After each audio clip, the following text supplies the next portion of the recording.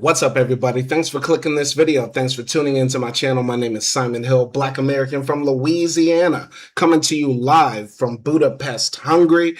Today is August 12th, 2026, about 3 a.m. where I'm at right now. Now, I know the majority of my audience is in the US. So this is prime time for you to tune in. I know I'm usually coming to you around, let's say 7 or 8 p.m. my time. And that time is usually like around 2 or 3 p.m. generally in the US across the different time zones. So I know a lot of you probably are not at work now, not at school, not hanging out with your girl. So now you got some time to sit down, do some reading, and chat up in this open source library, open source book club as we dive into Book 3 Act 23, Episode 14, Marxism, Reparations, and the Black Freedom Struggle.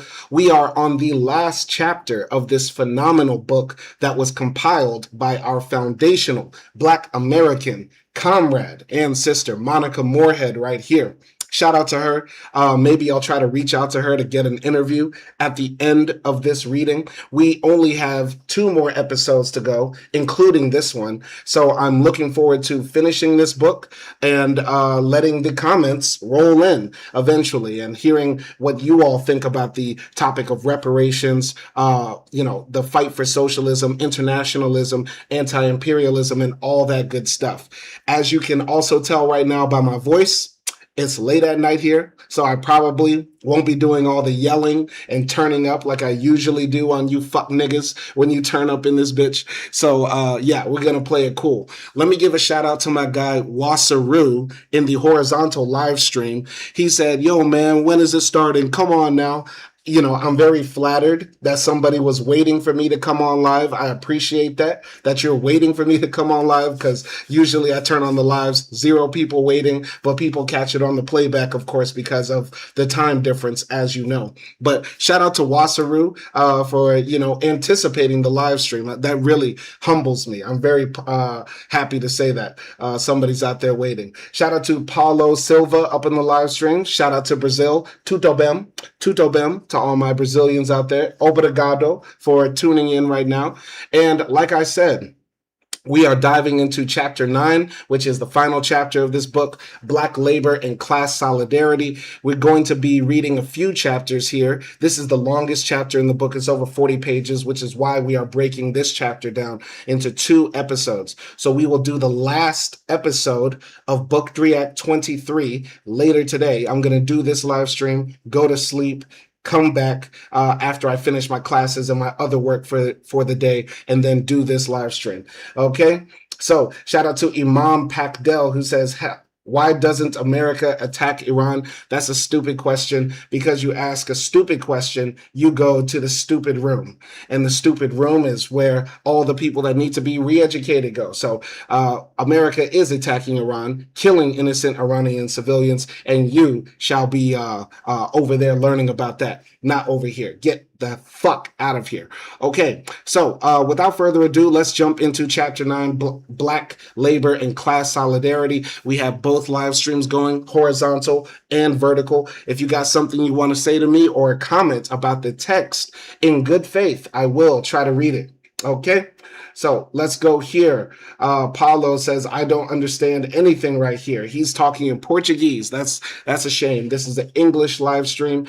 Try to turn on translations for the playbacks, but this is an English live stream primarily. But there are plenty of Brazilian comrades who do great work. In fact, actually, a few weeks ago, I was listening to a Brazilian comrade talking about the history of the Marxist-Leninist parties in Brazil. So there's a lot of like socialist content you can find about Brazil in Portuguese on YouTube. Catch you next time if you want to go look at that. Without further ado, let's go here. Chapter 9, Black Labor and Class Solidarity. In this picture here on the right, workers in a tobacco factory below, rebellion of kidnapped Africans about the Amistad. Okay, yeah, so go check out the movie Amistad if you haven't. Me and Acti reviewed it a few years ago, actually. All right. So Black Labor, from Chattel Slavery to Wage Slavery. This was written by Sam Marcy from High Tech Low Lopez, published in 1986. Okay, this is the oldest article that we've read so far in this book.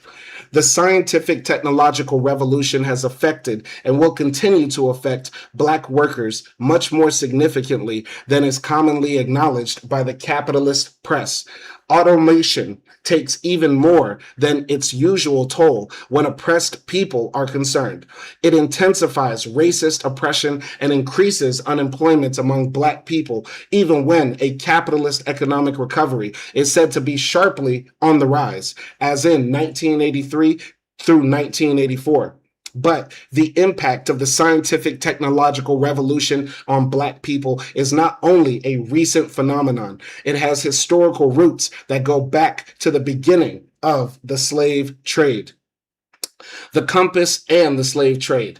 The speed and momentum with which the scientific technological revolution has taken off in recent years has tended to shrink into insignificant inventions, which exercised a profound influence on developing social relations in the early stages of the capitalist system. Take the compass, which is regarded today as a basic direction-finding device in navigation. It is not a capitalist invention. It is said to have been discovered as early as the year 1100 in China, and may have also been discovered independently in Europe somewhat later. It was used by Arab sailors in the early 13th century. Its development and perfection over the years became indispensable to world trade. While not invented in a period of capitalist development, the compass and other navigational instrumentation were appropriated from earlier modes of production by capitalist shipping companies at the very crest of the period of colonization, what is called the Age of Discovery. It gave a tremendous impulse to world trade and commerce. But what was the content of this trade? Why is it important in relation to our study here? Because as trade became a world phenomenon, it was essentially an international trade of slaves. Millions upon millions of Black people were kidnapped, tortured, and brought on slave ships to the vast new continents of the Western Hemisphere. The slave trade began in the mid-15th century when Spain and Portugal began importing a significant number of Black slaves to their plantations on the Canary and Madeira Islands. Most of this very same leading imperialist powers that are today concerned with maintaining the South African regime in the face of the revolutionary mass movement there, earlier participated in, promoted, and in fact fought ferociously to maintain the slave trade and obtain a monopoly over it. Modern transnational monopolies differ fundamentally in their economic content from those days, but they still show the same greed and avarice, the utterly unprecedented cruelty and barbarous treatment which characterized the slave trade. This is what lay behind the flourishing of world commerce and laid the development for what Marx later called the primitive accumulation of capital. The word primitive was not a characterization of the many millions of people captured as slaves. The term primitive was applied to the fiendish method by which the early capitalists accumulated the primary original capital that was so indispensable for the development of their system of oppression and exploitation. Not only Spain, Portugal, England, France, and Holland, but also Denmark, Sweden, and Prussia participated, garnering fabulous profits as a result of the slave trade. The compass was one of the things that made the slave trade possible, but it alone can't be held responsible for the transportation of this vast number of human beings from one continent to another, thousands of miles away from their homeland and loved ones, to a strange new country where the whip and the gun held them at bay. Scandinavian people had made a transoceanic voyage earlier in the 12th century. They too may have had a compass of a sort, for it is well known that the Vikings undertook long voyages and established settlements in Iceland, Greenland, and even Labrador. But these voyages differed fundamentally in that they were oriented towards settlements in the northern part of the world in harmony with the climatic conditions of the Scandinavian countries. Until the development and perfection of navigational instrumentation, such as the compass, the Western world was mainly confined to the Mediterranean and the coastal areas of the Atlantic, so far as maritime commerce was concerned. The new era of discovery and colonization opened up the Atlantic for the first time. This could not have been done without the necessary technological improvements in navigational instrumentation as well as the making of ships. By 1745, the English inventor Gowen Knight had perfected a method of efficiently magnetizing needles of harder steel. He designed a compass with a single bar needle large enough for a cap resting on the pivot to be screwed into its center. He thus greatly improved the compass. This significantly shortened the time of voyages, increased the safety of the ships, and, what is of greater social and political significance, increased the volume of slavery. As Marx was to write, it is slavery that gave the colonies their value. It is the colonies that have created world trade, and it is world trade that is the precondition of large-scale industry. Thus, slavery is an economic category of the greater importance. Let's read that again. That's from Marx right there, from Marx's own pen. Marx said, "It is slavery that gave the colonies their value. It is the colonies that have created world trade, and it is world trade that is the precondition of large-scale industry. Thus, slavery is an economic category of the greatest importance." Very, very important. We need to remember that this world that we live in now is globalized. We have all been brought together because of capitalism. The shirt I'm wearing now was probably made in Bangladesh. The rings on my fingers were probably made in India. The tie I'm wearing now definitely came from Turkey because that's where I got it. And now you're listening to me right now, wherever you are in the world, in India, in Canada, in America, who knows where you are right now. And we have been all brought together because of capitalism. Yet inherently, because of capitalism, millions upon millions of bodies had to be buried in the sea. Millions and millions of people to this day work in de facto slavery. Because of capitalism, millions and millions of people have to work 20 plus hours in a day just to keep a roof over our heads. And so while capitalism has opened up vast amounts of wealth and vast amounts of opportunity and new technological advancements, it is up to us, the working class, to seize these great advancements for our own gain, because we create the wealth of this capitalist system. Let's continue here. The contract for supplying slaves to the Spanish colonies was called the Asentio. While British slave traders provided the necessary laborers for their own plantations, Spain contracted with the slave traders of other nations to supply its needs. The first Asentio was granted in 1518 to a Flemish company, and it specified that a certain number of tons, they were measuring slaves by the tons, be delivered to the Spanish colonies.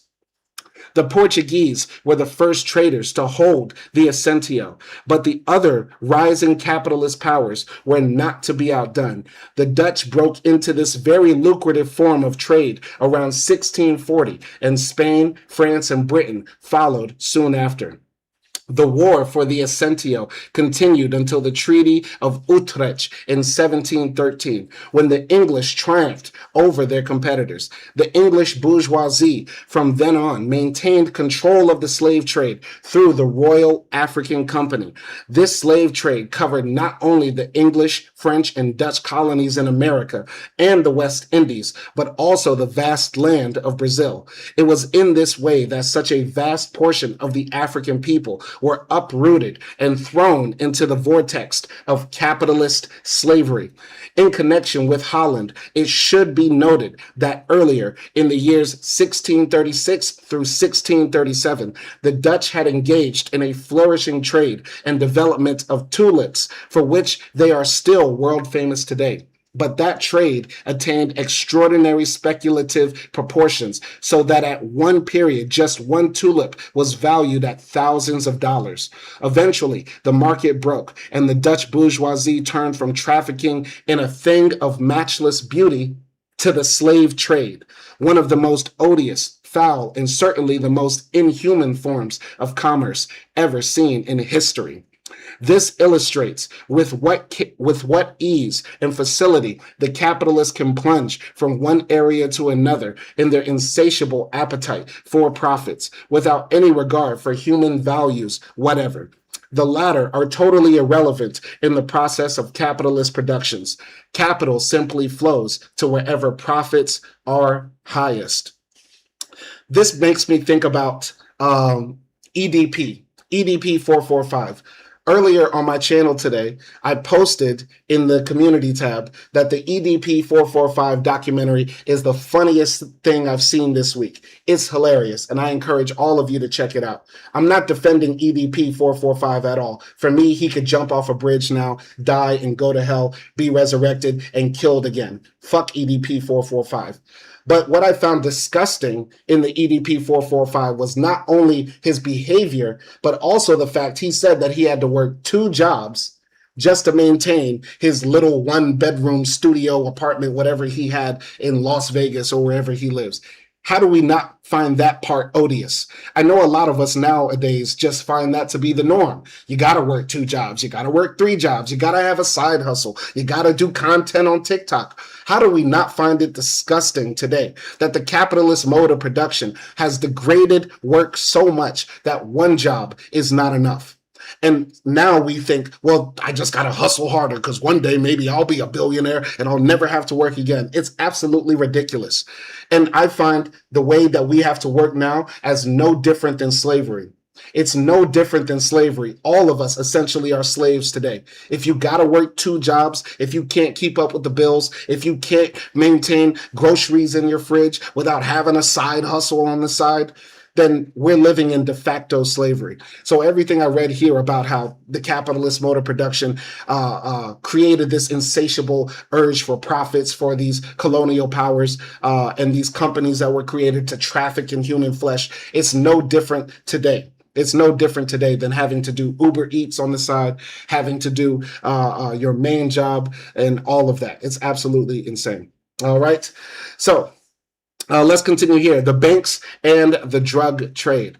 The world slave trade has been superseded by the world drug trade. It has been widely reported that today, marijuana, whose cultivation is illegal, has become the single most valuable cash crop in U.S. agriculture. Pause right here. Let me go to my guy Kamal up in the live stream. He says, we work too much as it is. Facts. Shout out to my guy Kamal right here.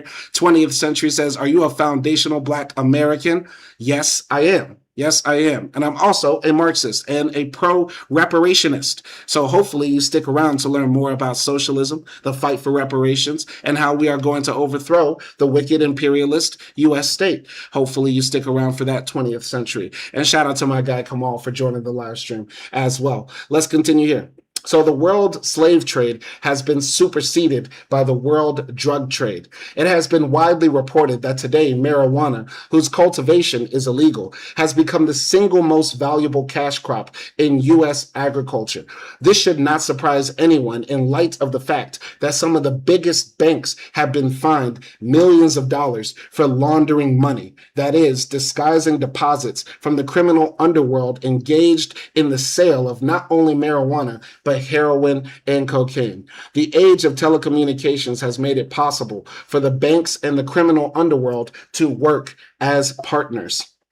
I made a video on my channel about, I don't know, 4 years ago at this point, talking about why I don't smoke marijuana. And I don't smoke marijuana not because I'm not a fan of the ganja.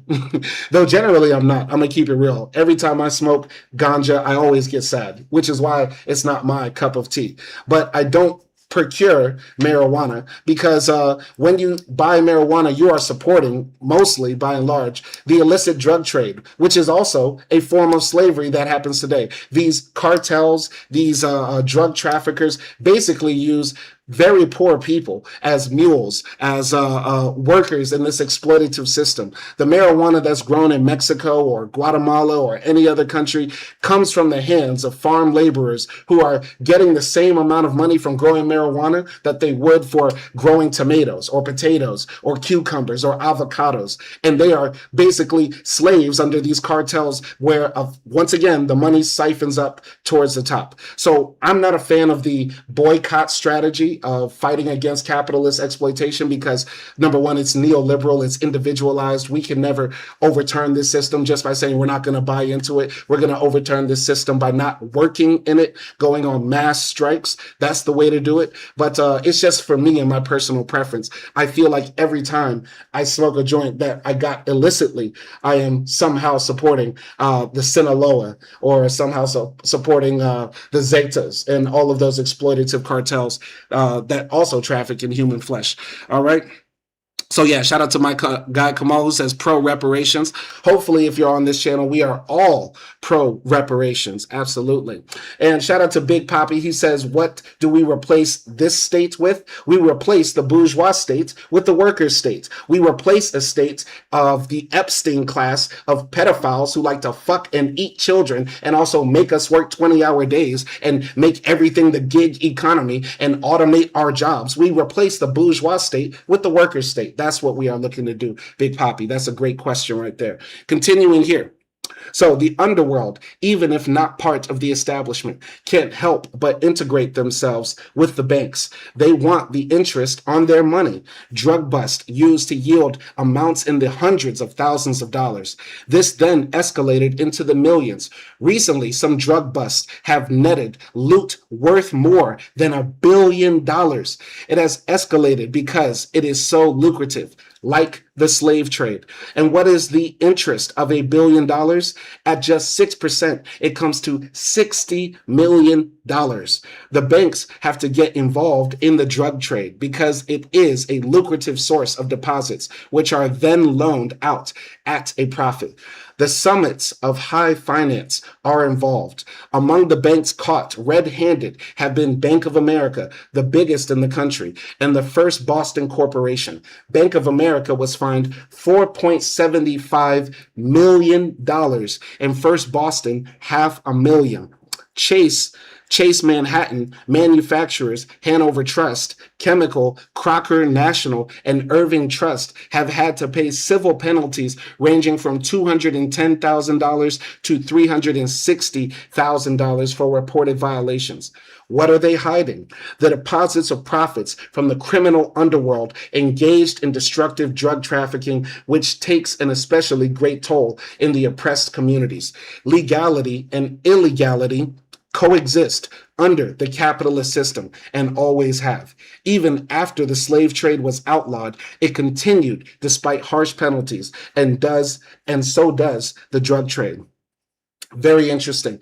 You know, $210,000 is like pennies to a bank, especially one like, Chase or Bank of America. It's almost laughable how they find these banks, even if it's in the millions of dollars, because these banks, factor in how much crime can we commit every year and just write it off. They, like the same way Walmart factors in how much shoplifting will happen this year. Okay, about, $20 million worth of our merchandise will be shoplifted. So we price that into our other products. The price of the products you get at Walmart aren't supposed to be, let's say right now, a t-shirt at Walmart is $10. I'm pretty sure about $2 of that is factored in towards the amount that's shoplifted every single year. And the same thing with the banks as well. They factor in how much penalties are we going to have to pay for breaking the law and fucking over the American people or the global South or whoever we're going to fuck over. You get what I'm saying? So yeah, let's continue here. At a time when the banks are so heavily involved in unrecoverable loans worth hundreds of billions of dollars in connection with the indebtedness of oppressed countries, how many would not resort to this most modern and technologically advanced artifice to support their credit positions? The observations made over a century ago by a certain T.J. Dunning and quoted by Marx in Capital ring all too familiar today. With adequate profit, capital is very bold. A certain 10% will ensure its employment anywhere. 20% certain will produce eagerness, 50% positive audacity, 100% will make it ready to trample all human laws, 300%, and there is not a crime at which it will not scruple, nor a risk it will not run, even to the chance of its owner being hanged. If turbulence and strife will bring a profit, it will freely encourage both. Smuggling and the slave trade have amply proved all that is here stated. Very powerful. You know, one of my criticisms of Marx has been, and also Lenin as well, has been not them highlighting revolutions like the Haitian Revolution as well. But hearing Marx talk so openly and quote other writers of his time speaking openly about how the slave trade is one of the worst examples of capitalism, or capitalism at its most base and most depraved, and also at its very root and foundational to its existence, the desire for profits by any means necessary. Fuck it, they ban slavery. Well, we'll find another way to do slavery. We start sweatshops in Indonesia or something like that. Yeah, I'm actually very happy to be reading this because I have not encountered these quotes. Capital is next up in the Book to React series, so I'm looking forward to reading that with all of you and engaging that text as well. Shout out to my guy Kamal in the chat. He says, Bank of America, no wonder why I got away from them. Yeah, I mean, all the banks, you know, we're pretty much trapped to work with all of the banks, Kamal. It's the worst part about our system. I wish there was a way that we could debank and keep our money in a way that it doesn't help perpetuate the system, but it's sort of like we're trapped in this right now. Though if you know of a way we could debank, and I'm not talking about crypto because crypto is just a part of this capitalist pyramid scheme as well. But if you know of another way to debank, let me know because I'd be very interested in doing that.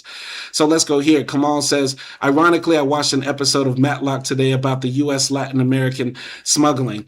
It's very interesting that the author here didn't mention that not only are the banks profiting from drug trafficking, but it's the U.S. government as well. It's been widely documented that Reagan was trafficking drugs from Latin America to help pay for his war in Iraq and Iran, and the Iran-Contra thing is just widely understood. I mean, CIA stands for Cocaine Intercepting Agency. The Cocaine Intake Agency. Yeah, the Cocaine Intake Administration is what CIA stands for, basically. So let's continue here. So, the invention of the cotton gin. While the compass as a technological device in the field of navigation was appropriated by the developing bourgeoisie from an earlier mode of production dating back many hundreds of years, the invention of the cotton gin in 1793 belongs strictly to the era of capitalist development. Its invention was called forth by the development of capitalist trade and commerce. Its influence on slavery was stupendous. A great deal has been written about Eli Whitney as the inventor of the cotton gin and as a great scientist, which he certainly was. However, according to some accounts, the first gin made in Mississippi was constructed on the basis of a crude drawing by a skilled slave. I'm not surprised that Eli Whitney probably stole the idea of the cotton gin from a black man who actually was out there working every day in the actual fields and in this mode of production. That makes sense. This tracks. This tracks with European history. Shout out to OG Kicks joining the live stream. He said he got 100. He got 100 flows. He got 100 hoes and 100 whips. Yeah, 100 chicks waiting in the back to get their booty smacked. Yeah, shout out to my guy OG Kicks up in the live stream, for real. Anyway, so yeah, Eli Whitney stole the idea from of the cotton gin from a skilled slave.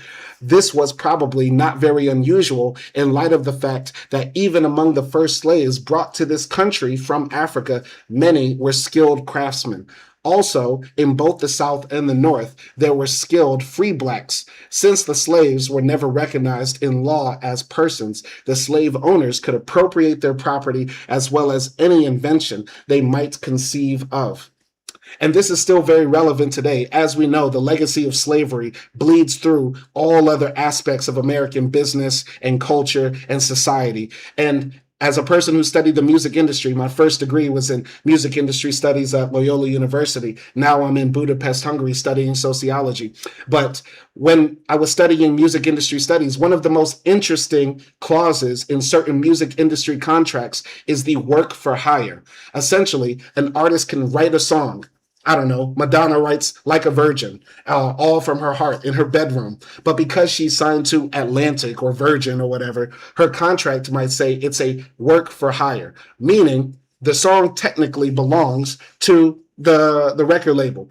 Madonna can't write her name on it and say she's the songwriter because it doesn't matter. The work belongs to the company, which is insane to think about because art is one of the few things that humans can do right now to generate profit, where alienation is not as much a part of the production process. In almost all of our other jobs, whether we work in service or manufacturing,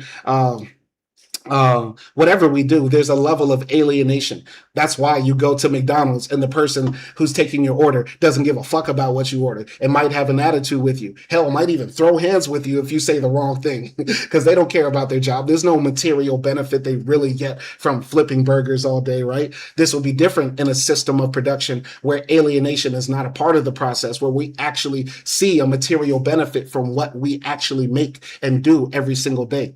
But I digress. Let's continue here. So the cotton gin has often been described as the very soul of simplicity. However, it should be borne in mind that cotton has been spun, woven, and dyed from the earliest times. Cotton formed the staple clothing of India, Egypt, and China. Hundreds of years before the Christian era, cotton textiles were woven in India with matchless skill, and their use spread to the Mediterranean countries. In the first century, traders brought fine muslin and calico to Italy and Spain. The Arabs introduced the cultivation of cotton into Spain in the 9th century. By the 17th century, the East India Company was bringing rare fabrics from India. Before the arrival of the Europeans in the Americas, cotton was skillfully spun there and woven into fine garments and dyed tapestries. Fabrics were found in Peruvian tombs that even belonged to pre-Inca cultures.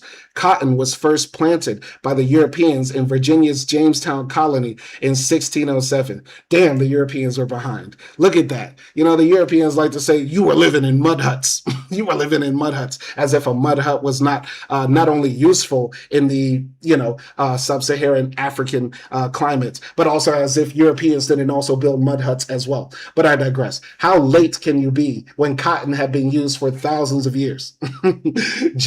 Black Jesus was wearing cotton in the hot-ass Middle East while the Europeans are like scratching their butt wearing wool in the middle of summer. Just ass. Just European booty scratches. Just coming late to the game.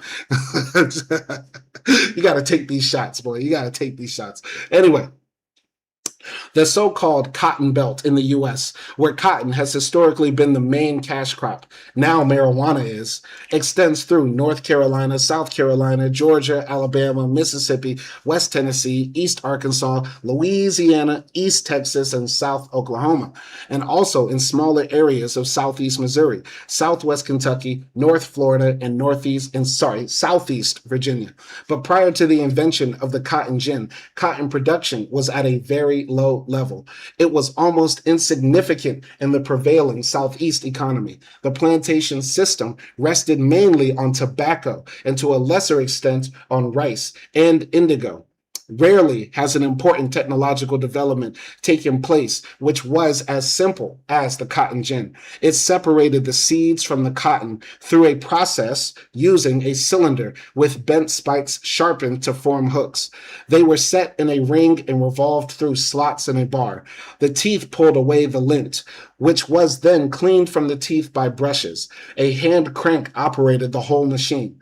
What did this machine accomplish? As Eli Whitney himself explained in a letter, the machine makes the labor 50 times less without throwing any class of people out of business. Of course, the slave economy was not characterized by unemployment, unlike wage slavery. The cotton gin tremendously increased the productivity of black slave labor on the plantations. The figures in cotton crop production speak for themselves. In 1790, before the use of the cotton gin, the cotton crop of the U.S. amounted to 1.5 million pounds. By 1800, it had risen to 35 million pounds. By 1810, it had soared to 85 million pounds. And by 1860, it reached the astounding sums of 2 billion pounds. My God. The introduction of the cotton gin thus brought about a profound social revolution. A machine that could increase the productivity of labor 50 times was nothing less than sensational. It thoroughly revolutionized Southern agriculture as well as Northern production methods. Furthermore, it was in response to the tremendous social transformation evoked by the Industrial Revolution in England, which had brought about a skyrocketing demand for cotton and a sharp price increase. As Marx explained it in broader terms, a radical change in the mode of production in one sphere of industry involves a similar change in other spheres. This happens at first in such branches of industry as are connected together by separate phases of a process, and yet are isolated by the social division of labor in such a way that each of them produces an independent commodity. Thus, spinning by machinery made weaving by machinery a necessity, and both together made the mechanical and chemical revolution that took place in bleaching, printing, and dyeing imperative. So too, on the other hand, the revolution in cotton spinning called forth the invention of the gin. For separating the seeds from the cotton fiber, it was only by means of this invention that the production of cotton became possible on the enormous scale at present required. Very perceptive of Marx to point out, essentially this machine brought about a change in production, which then causes other changes in the economy to happen, thus causing a further division of labor, but also a division in the social classes as well. It has a social impact aside from its economic impact. In fact, the social impact is derived from the economic impact or change that's caused by this mode of production. Let's continue here. But how did it affect slavery itself, this peculiar institution, as it was called at the time? Did the sensational, spectacular development in technology retard slavery or expand it?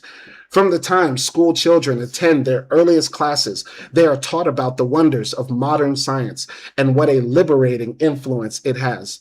Did the cotton gin at the time help to weaken slavery as the general conceptions cultivated and promoted by the bourgeoisie maintain? As we shall see, it strengthened slavery. And this happened at a time when it appeared, although it was only appearances, that slavery was in a decline. I remember reading about Eli Whitney and the cotton gin in high school when they were teaching about slavery in history class. They did sort of frame it. Granted, I'm a product of Louisiana public schools. They did try to frame it like, it's kind of sad. If Eli Whitney didn't invent the cotton gin, slavery would have been out of here. But he invented the cotton gin, and then boom, it became even more profitable. But we were always going to get rid of slavery. I hate that whenever they teach American history, they always try to frame it like, yeah, we were just about to do it. We were just about to free the slaves. No, you weren't. No, you weren't. Unless there was that massive slave revolt, which we call the Civil War, they were not just going to let us free. There was going to be no gradual emancipation or manumission. It's a lie. It's always been a lie. And it's part of that lost cause narrative as well. But let's continue here. It is necessary to look at the currents of thought which gave political expression to this phenomenon. For instance, the Continental Congress of 1774 proposed that the practice of importing slaves be stopped. Rhode Island and Connecticut passed laws providing that all chattel slaves brought within their respective provinces be freed, and Delaware prohibited the importation of bondsmen in 1776.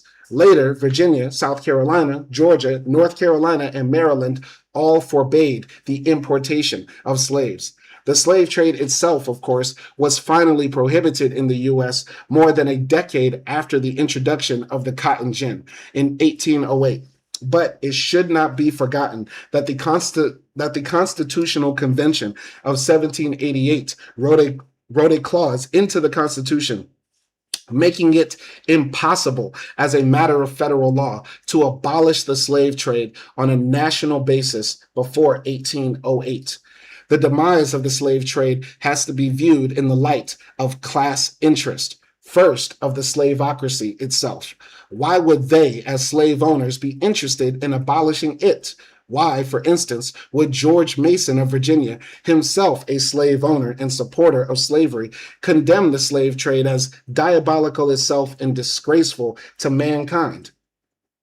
Only by piercing the veil of capitalist hypocrisy, only by going behind the political rhetoric and seeking out the materialist interest of any given class, only by applying the materialist interpretation of history and analyzing social and political phenomena in terms of class interests can we understand the politics, the social and political values. Thus, the basic reasons behind abolishing the importation of slaves, even in the above named southern states, and castigating the trade as a disgrace to mankind, was the fact that there had been a huge influx of slaves. Like the excessive influx of any commodity governed by the law of supply and demand, this cheapened the price of a slave. The reason behind it were economic in origin, masked in moralistic phraseology. It's a very interesting take right here. So essentially what he's saying is that, Maryland or Vermont or New York banning slavery was not done out of moralistic purposes. White people, out of the goodness of their heart, didn't just say, we have to ban slavery. We just have to do it. It's the Christian thing to do. No. It was because of the mode of production. The North was very industrialized. They had a workforce that needed to be employed. And you, once again, cannot compete with slave labor. No matter how little you're getting paid, if somebody's getting it for free, they're always going to choose free. And also, he's making the very argument that because so many slaves were imported and then also bred, I'm surprised the author didn't mention that slave breeding was a major part of maintaining this slaveocracy. Because there were so many slaves in the states, it cheapened the price of a slave, thus even cheapening labor even more. You have so many of these people that are forced to work for free, therefore labor becomes ever more cheap, and this cannot coexist in a bourgeois capitalist mode of production. All right, let's continue here. A surplus of slaves in some of the southern states motivated the agitation against further importation. Most of this agitation, it should be noted, was before the use of the cotton gin really took off on a mass scale, producing unprecedented profits. But there was also opposition to the slave trade motivated by an entirely different set of circumstances. This was a thoroughgoing revolutionary development which is highly obscured in U.S. history, particularly as it relates to the early struggles of the Black people before the Civil War. This revolutionary development fired the imagination of the enslaved Black people in this country and frightened the ruling class, both North and South. The insurrections given the most detailed accounts in modern literature were those of Gabriel in Virginia in 1800, Denmark Vesey in Charleston, South Carolina, 1822, and most famous, that of Nat Turner in Southampton County, Virginia, 1831. I've heard of Denmark Vesey. Of course, we've all heard of Nat Turner. I never heard of Gabriel's Rebellion in Virginia. Has anybody heard of Gabriel's Rebellion in Virginia? That sounds like something that we should research as well. I'd be very interested to look deeper into Gabriel's Rebellion. And shout out to Denmark Vesey, and fuck all snitches. All snitches need to die. I wish Denmark Vesey didn't get snitched on so that he could kill all of those slave owners. It would have been so glorious for their blood to run through the plantations, run through the streets in Charleston. It would have been so glorious. Oh my God. Even if Denmark Vesey eventually would have got captured, it would have been such a beautiful sight, such a wonderful thing for those slave owners to be killed and slaughtered, all of them. Continuing here. However, a great many insurrections took place, which are only beginning to be taken note of. The Civil War itself demonstrated many instances of insurrections by the Black people. The Black masses under slavery were not the passive, docile force imagined by bourgeois historiography, especially in the literature predating the mass movement of Black people in this century. Here's a picture here of Nat Turner organizing the rebellion. If you haven't seen Birth of a Nation, not the 1910 racist one, but the one about Nat Turner, go check it out. And also check out Birth of a Nation, which is like an NWA documentary. I believe it has Ice Cube, Eazy-E, Dr. Dre, all in them, like in the later years of NWA. I find it interesting that we've always been trying to reclaim the idea of Birth of a Nation, because I think it speaks to something very important, that media became a weaponization of white supremacist ideology.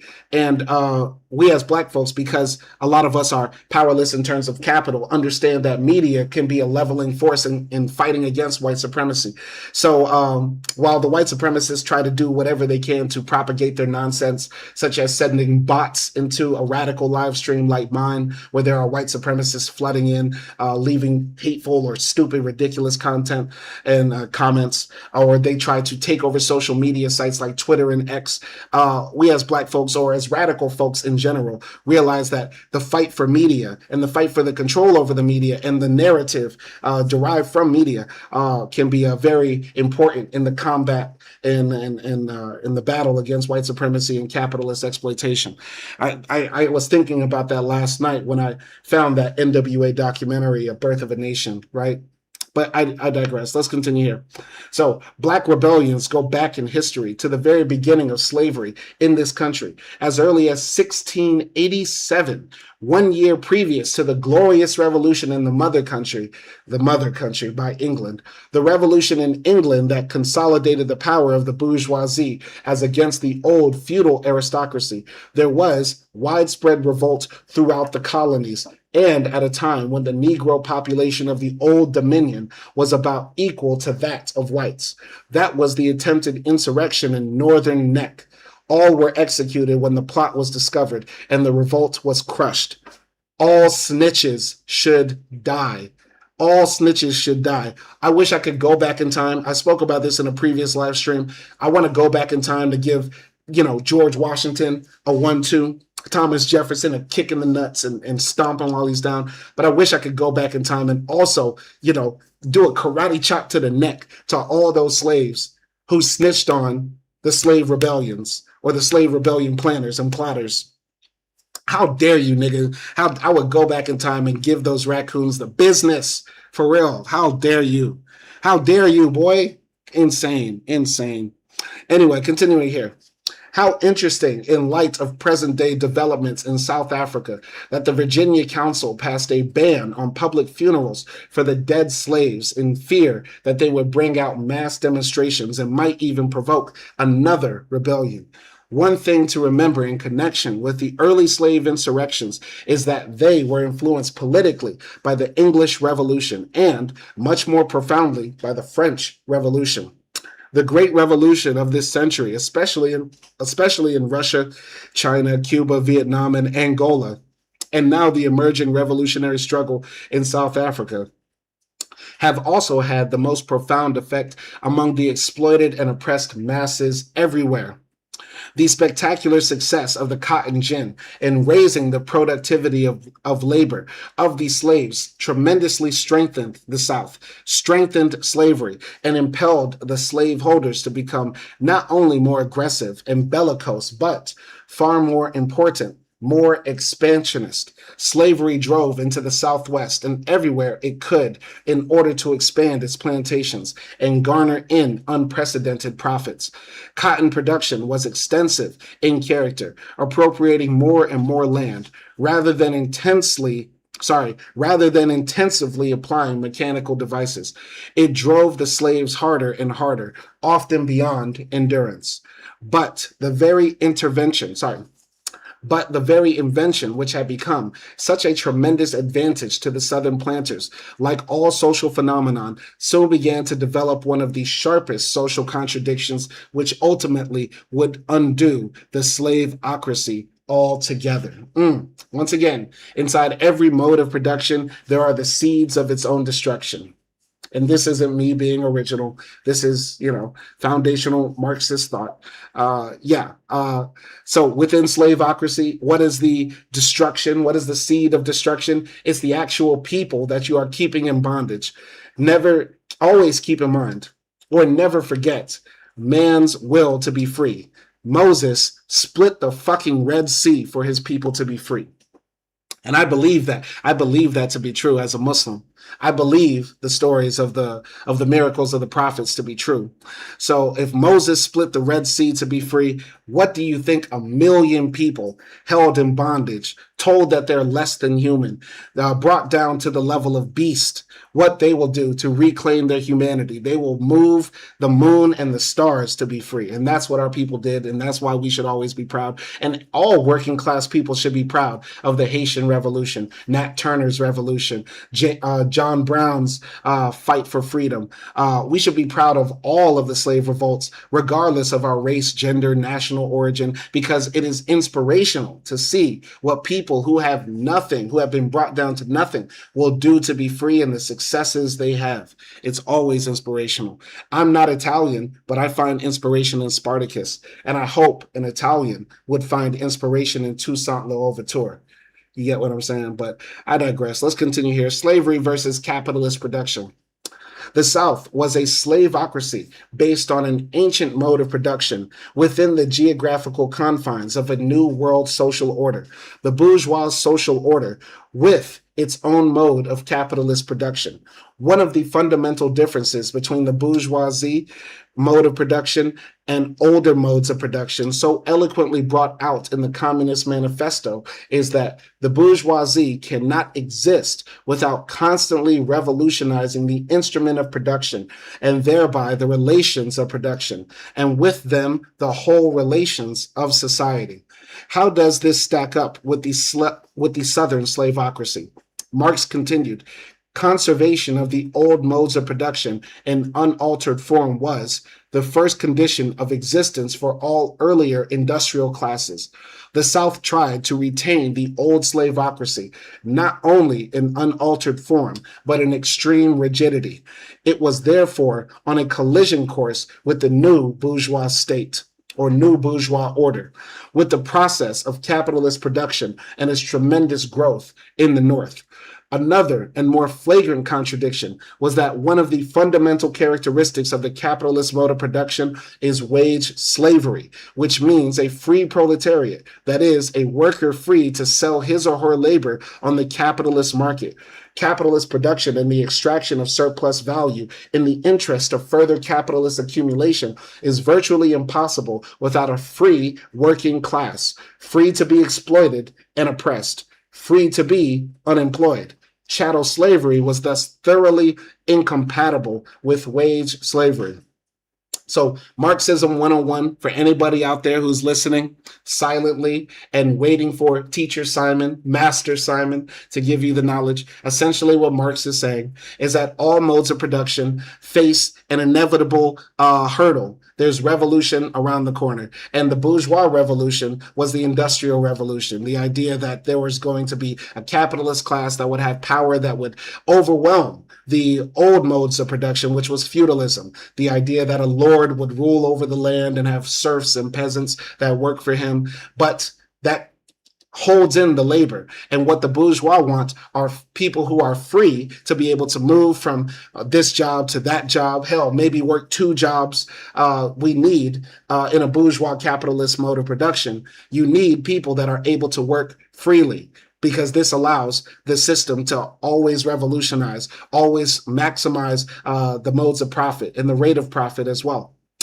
But this goes against the slave system because, once again, chattel slavery was thoroughly incompatible with wage slavery. People cannot freely move from one plantation to another. This is incompatible, and thus they were on a collision course. And that's why, it wasn't moralism. It wasn't some higher ideal. It wasn't Christian virtue that motivated some people to be against slavery. It was because they wanted to usher in a new economic system, which was capitalism, incompatible with a slaveocracy. Let's continue here. Slavery as an economic institution has everywhere proved itself uneconomical. This is especially true when it depends on one great crop, such as cotton, with diminishing reliance on sugar, rice, and other products. The South was turning into a monocultural economy. Overall, the spectacular leap in technology on which the Southern planters depended so heavily to maintain slavery was only one of many scientific and technological developments in an era which was rapidly turning them out in greater and greater numbers. In this respect, the South was falling far behind the North. I'd argue, as somebody from the South, from the modern South, the new South, as they call it, the South is still far, far behind the North. It's far behind the world. If you've been to Louisiana, Mississippi, Kentucky, Texas, you'll realize it's a third world failed hellhole. And that's because of the deliberate choices made by a capitalist class to keep people poor, ignorant, ununionized. They're passing these right-to-work laws where it sounds like you have the right to have a job when really it's the right for your boss to fire you at any time for any reason, at no fault at all. God, the South is a hellhole. I would not wish the South on my worst enemy. I would not wish the South on my worst enemy. And I got a lot of enemies. I got a lot of enemies. Oh, man. Anyway, continuing here. The North was making all the great strides in science and technology. It built up great universities, which became centers for basic research. Whatever prominence the South had in science in the earlier days, it was losing to the North. Seen in terms of the contemporary struggle in technology of the U.S. against Japan and Western Europe, the South was steadily losing ground to the North in what we would call today the technological race. As a competing form of economic and social system compared to the social system based on capitalist production, slavery was hopelessly out of place and had no chance, save by the use of sheer force. Slavery was static, fixed, and extremely rigid in its form of production. It was also characterized by the most outlandish forms of cruelty and brutality. The capitalist system, on the other hand, while certainly not characterized by either compassion or humanity, was nevertheless revolutionizing its means of production. That is, it was advancing science and technology. The change from chattel slavery to wage slavery was a profoundly revolutionary change, a tremendous social transformation. But historically, it constituted a change in the form of exploitation, not its abolition. You know, when I think back about, how the Civil War actually was fought, it's almost crazy that there are people that think the South actually could have won. The South had no chance. The South had no chance of winning. That's why I stopped watching all these alternative history, videos about what if the South won? What if slavery still existed today? There was no chance for the South to win. Absolutely none, because you're up against a, mechanized, revolutionizing force that's ever changing and ever adaptive to circumstances. And also against the negation within your own self. You're trying to keep a mass of people, millions of armed or potentially armed men from their own freedom. There was never a chance that the South was going to win the Civil War at any point. And even if they had won the war against the Union, there was right around the corner millions of black men who had now had military training that were going to eventually overthrow the slaveocracy. Because within the slaveocracy, there is the contradiction of holding millions of people in bondage when it is inherently within man. I know the white supremacists don't think black people are actually people, but we are actual humans, which goes against some Afro-pessimists out there who say that we are not humans, but I digress. We are actually men, we are actually human, and we have a desire for freedom, which is the core of all human desire, I would say. So yeah, it was eventually going to fall. The slaveocracy, whether it was brought down by the Union or by an armed uprising of black people, it was eventually going to fall. The same way that we know capitalism will eventually fall, because within it, it carries the seeds of its own destruction. I digress. So Thus, we see that while the first phase of the scientific technological revolution brought fabulous profits to the South and gave it the power to expand, it ultimately undid slavery. Just as technological change undermined the Southern slaveocracy, so will it make obsolete the present industrial financial plutocracy with its system of wage slavery. He said it best. Shout out to George Washington Carver right here, knitting in the last years. Shout out to George Washington Carver, the man we all think invented peanut butter, but he didn't. He didn't. He didn't invent peanut butter. He invented 100 things you could use with a peanut. Peanut Viagra. But you can't call George Washington Carver the father of peanut butter. I forgot who it was. Anyway, Black scientists and inventors. It is beyond the province of this study to give any accounting of the many scientific inventions made, particularly during the last half of this century, the modern epoch in which the bourgeois system of production has predominated, has been abundant in scientists and inventors whose contributions have laid the material foundation for present-day society. However, there has been a systematic attempt in the U.S. to omit the very significant contributions of Black scientists. Popular science books available to the public contain the names of only a small number of Black inventors and scientists. There are 14 Black scientists who are acknowledged to have made outstanding contributions to science. Yet, the Encyclopedia Britannica, the 1980 edition, lists only 4. Conspicuously absent is Norbert Rillot, born 1806, died 1894. He is one of 3 Black scientists who actually revolutionized an industry. In Rillot's case, it was sugar refining. By inventing the vacuum pan evaporation, he transformed the sugar industry of the world. That his name could be forgotten in a country which produces and consumes more refined sugar per capita than any other is hard to conceive of, except on the basis of flagrant racist prejudice. I'm gonna keep it real. I never heard of Rillot before today. Until 1846, sugarcane juice was transformed into sugar by a very primitive, costly, and slow process. Rillot's invention replaced the manual operation with a mechanical one. As Lewis Haber tells us in his Black Pioneers of Science and Invention, slaves had formerly transferred the sugarcane juice from one boiling kettle to another by means of long ladles.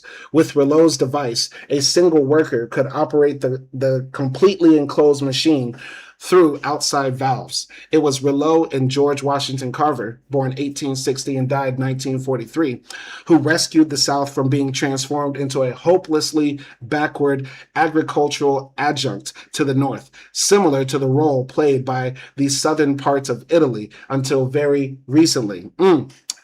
All those statues of Confederate generals need to be torn down, and statues of guys like Rillot, George Washington Carver, and also the many white inventors, innovators, scientists that came from what we call the American South should replace them. I don't know why this would be controversial. There's heritage in saying that we're proud of this inventor from Tennessee. We're proud of this poet from Georgia. We're proud of this novelist from Louisiana. There is nothing to be proud of a man who fought against your own country for his right to own people as property.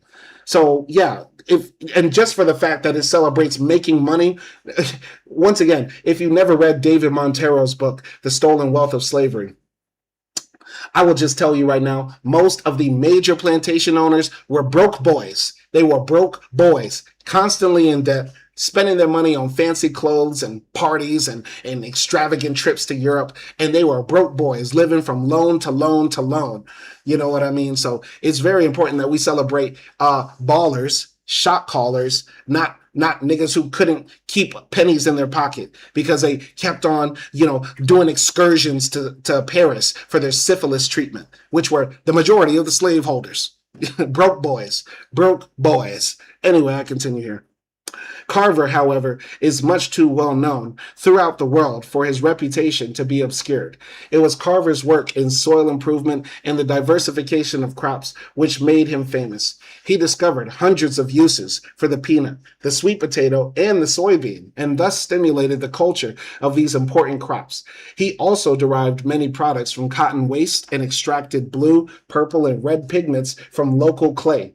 Many industries sprang up as a result of the use of peanut products. It helped to stimulate the Southern economy to the extent that many farmers found it more profitable to engage in the production of peanuts than tobacco. Carver also demonstrated that from the pecan, which grew well in the South, could be extracted 75 different products. When there was an overproduction of cotton, Carver showed how it could be used to make insulating board, paper, rugs, cordage, and even paving blocks for highways. Carver's achievements were perhaps best summarized by President Franklin D. Roosevelt, who said upon his death, "The world of science has lost one of its most eminent figures, and the races from which he sprang an outstanding member." And the race from which Carver sprang, they lost an outstanding member. The versatility of his genius and achievement in diverse branches of the arts and science were truly amazing. All mankind are the beneficiaries of his discoveries in the field of agricultural chemistry. The things which he achieved in the face of early handicap will for all time afford an inspiring example to use everywhere.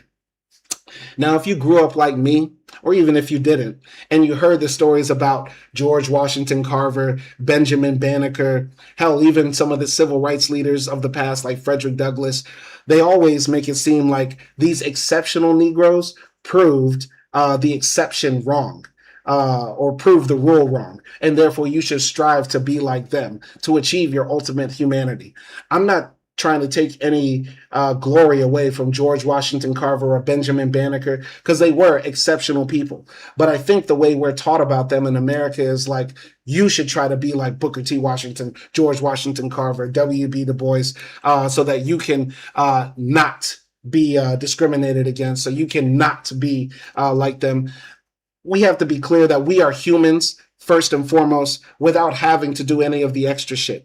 I shouldn't have to be like George Washington Carver. I shouldn't have to be perfect like a Barack Obama as far as his character just as a man, never mind his politics or his actions as president. I shouldn't have to be like Frederick Douglass to be treated with dignity and respect. But yet and still, this white supremacist framing that we're given when they teach us about our heroes, particularly when they teach us about our ancestors who are heroes who came before us, they put up these examples and say, be like them, rather than telling us that none of you should be treated as less than simply because.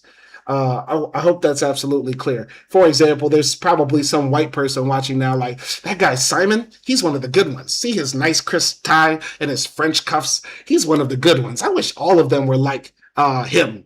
But that's why you see me on my channel. I wear bandanas. I wear tank tops. I wear ties. I wear suits. I come on naked. I might come on shirtless. I got a few videos on this channel of me shirtless, just doing whatever.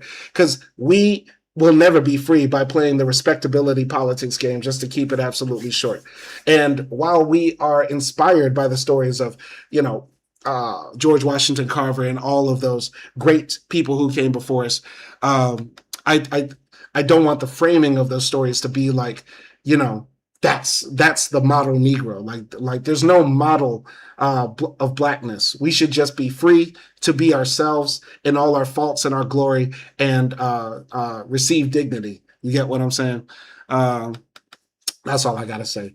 So I just had to go on that rant because just hearing about George Washington Carver takes me back to like 6th grade. You know what I mean? So yeah, anyway, a third great black scientist who transformed and revolutionized an entire industry was Jan Matzlinger, born 1852 and died 1889. Although much less known than his two eminent fellow scientists, he invented what at the time seemed an impossible feat, a machine which would mass produce shoes.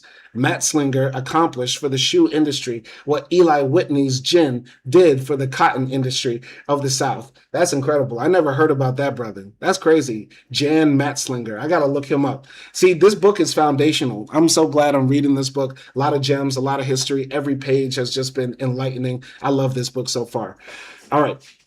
While it's true there were a number of machines in use in the shoemaking industry around the time of Matt Slinger's invention, none seem to have been able to connect the upper to the sole of the shoe.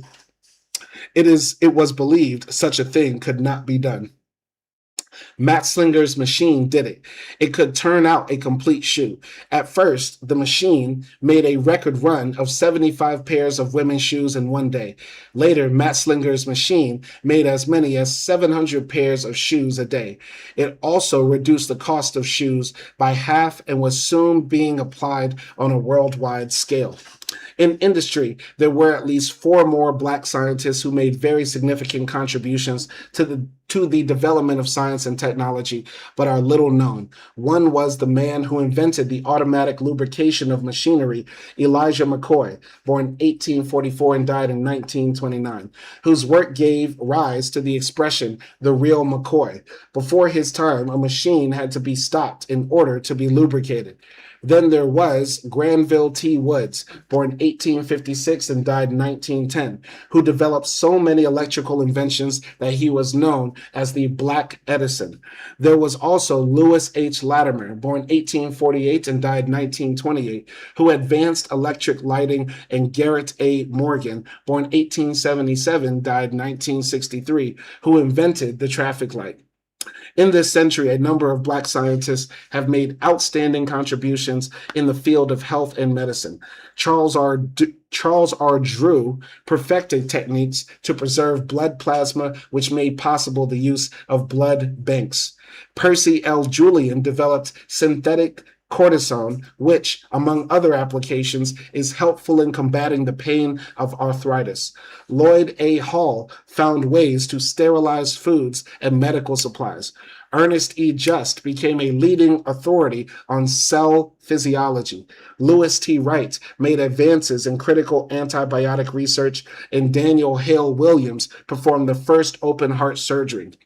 There was, however, one early Black scientist whose special importance, aside from his inventive genius, was in the field of political struggle against oppression and for equality. Benjamin Banneker, born 1731, died 1806.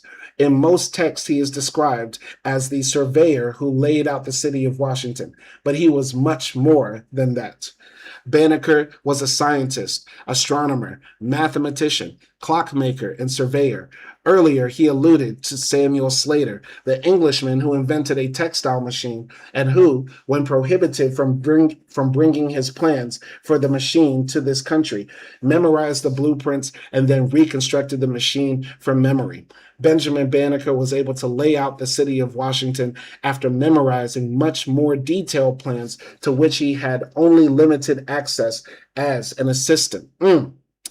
Originally, a young Frenchman had been given the job of planning and laying out the Capitol. Banneker was one of his 3 assistants. The young Frenchman got into a dispute with Thomas Jefferson and, as a result, took his plans and left for France, leaving Jefferson in the lurch. Banneker stepped forward and volunteered to do the job on the basis of what he retained in his memory. That's how the city was finally laid out. Banneker made the first clock ever built in the U.S. He built it entirely of wood and carved each gear by hand. The clock kept perfect time, and people from all over the country came to see it. Banneker should also be remembered for the almanac he prepared in 1792 and each year thereafter for 10 years. The Banneker was one of those guys. He was an alien. I don't believe Benjamin Banneker. You know what I'm saying? I know that sounds anti-Black because white supremacists say the aliens built the pyramids. Ancient Greeks built the pyramids.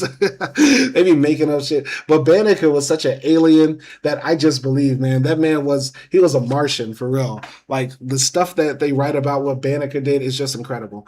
Anyway. What is politically significant in Banneker's history is that he was the only contemporary of Thomas Jefferson to challenge him on the issue of equality. Every school child is taught that Thomas Jefferson wrote the Declaration of Independence, which contained this famous sentence: "We hold these truths to be self-evident, that all men are created equal, that they are endowed by their Creator with certain inalienable rights, that among these are life, liberty, and the pursuit of happiness." Thomas Jefferson. P.S. Let's have sex with slave children. Let's find a 12-year-old girl and penetrate her. Yes, that's what I do. Thomas Jefferson. Fuck Thomas Jefferson, that son of a bitch. Go back in time and whop his ass up. Anyway. But Jefferson was also a wealthy slave owner. And even though he sold off all his slaves toward the end of his life, his concept of equality did not extend to black people. He also had written that the blacks are inferior to the whites in the endowment both of body and mind. This was no chance statement. The collection of Jefferson's works demonstrate that these sentiments appeared widely in his writings. Even though the 18th century became known in history as the Enlightenment, especially the years following the revolutions in the US and France, Jefferson held to his reactionary, racist view of black people. None of the outstanding leaders at the time directly took Jefferson to task for the flagrant contradiction between the florid language he used in the Declaration of Independence and the ugly practice of slavery, which in fact was validated in the Constitution. It remained for Banneker to use his almanac, what the fuck? It remained for Banneker to use his almanac for this purpose. He attached to it an 11-page handwritten letter that systematically took apart Jefferson's lofty proclamation of inalienable rights, while at the same time condoning the vicious practice of slavery.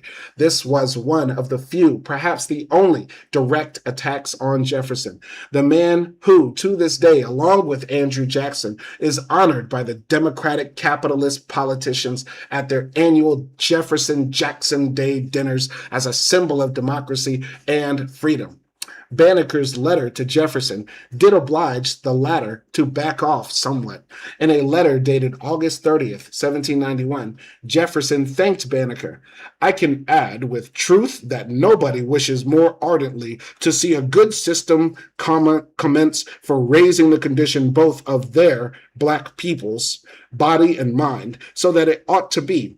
I do see such proofs that you exhibit that nature has given to our black brethren talents equal to those of the other colors of men, and that the appearance of the want of them is owing merely to degraded conditions of their existence both in Africa and in America." Blah, blah, blah, blah, blah. I'm Thomas Jefferson, a big fuck boy, a big fucking retard. Fucking stupid son of a bitch. Fuck Thomas Jefferson, man.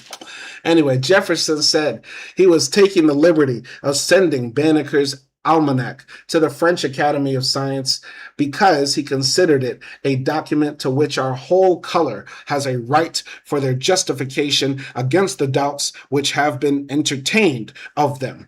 It is only because of Banneker's struggle for equality and against oppression that Jefferson, who held such an eminent position in U.S. history as a liberal, was forced to retreat somewhat from his racist views.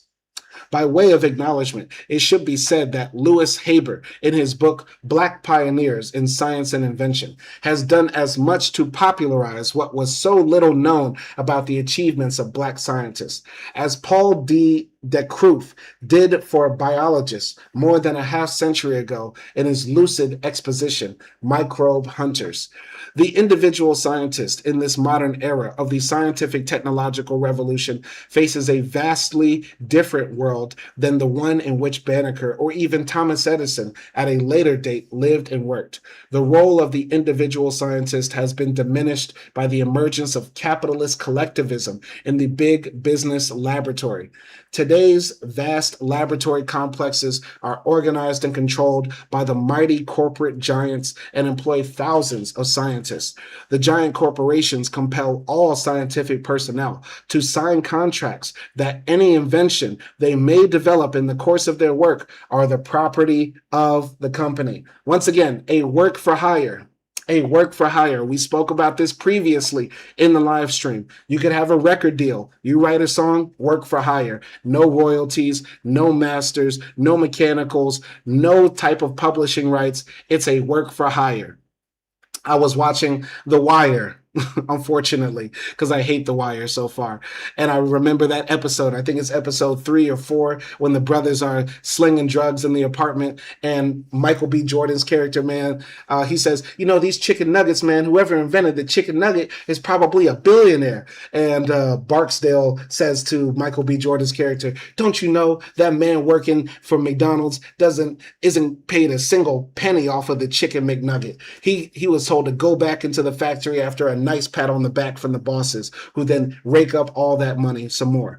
So yeah, for all the people here who are anti-communist, who are anti-socialist, and you're so pro-capitalist, you know, like I know, we would probably have a cure for cancer if there was no profit motive in continuing to treat people for cancer.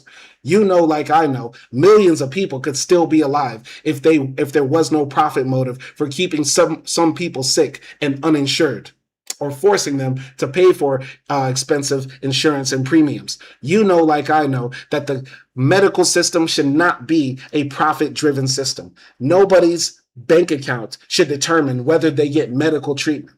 But if you are a pro-capitalist person, you essentially are agreeing with the idea that, yeah, maybe a pharmaceutical company can own a patent on a drug. Maybe a pharmaceutical company or a medical research lab can invest more money in Viagra research than AIDS treatment. That's essentially what you're saying. And you people make me sick. I hope you get sick one day and you can't pay for it and you just kill off on the side of the road like roadkill, you sick bastard, you. Okay, so we have to send, this is the first person to the gulag. We're going to send one person to the gulag here in the horizontal chat. If you're coming into the horizontal chat doing anarchy, you're just a sick bastard, aren't you? You coming to the horizontal live stream doing anarchy? No, no, no. That's where the intellectuals lay. That's where the smart people play. And you coming over here to fuck up our day? Oh no, you gotta go. You gotta go to the gulag. Go, be gone. Continuing here. Superimposed on them is a labyrinth of laboratories directly controlled by the Pentagon. The great universities of today are intimate collaborators. The great universities of today are intimate collaborators of the Pentagon, and few have real independence as to how to allocate their scientific investigations. One of the truly important scientific inventions of modern times was the transistor. True to the age in which we live, it was developed in the laboratories of Bell Telephone Company in 1948 by American physicists John Bardeen and Walter H. Brattain. How many hundreds of scientific workers helped lay the basis for it is not really taken into account. When mass layoffs take place, such as we've described with AT&T, what happens to the laid off scientific personnel? How does it affect the pursuit of their scientific career? In that highly significant layoff, no breakdown was given as to how it affected Black scientific workers, women, or other oppressed people. There's not a word as to whether affirmative action has been a factor in the employment of Black, Latin, Asian, Native, Arab, and women workers, or whether the layoffs took place in accordance with affirmative action guidelines. The third world brain drain. This is something I've been speaking about a lot. The third world brain drain. Very important for us to tackle this topic right here. The scientific technological revolution has had a deleterious effect on third world scientific personnel and the development of science and inventions. Immediately after the Second World War, the U.S. embarked on a vast campaign to pirate both the technology and the scientific personnel of the other imperialist countries. It also started to drain the building development of science and technology in the oppressed countries.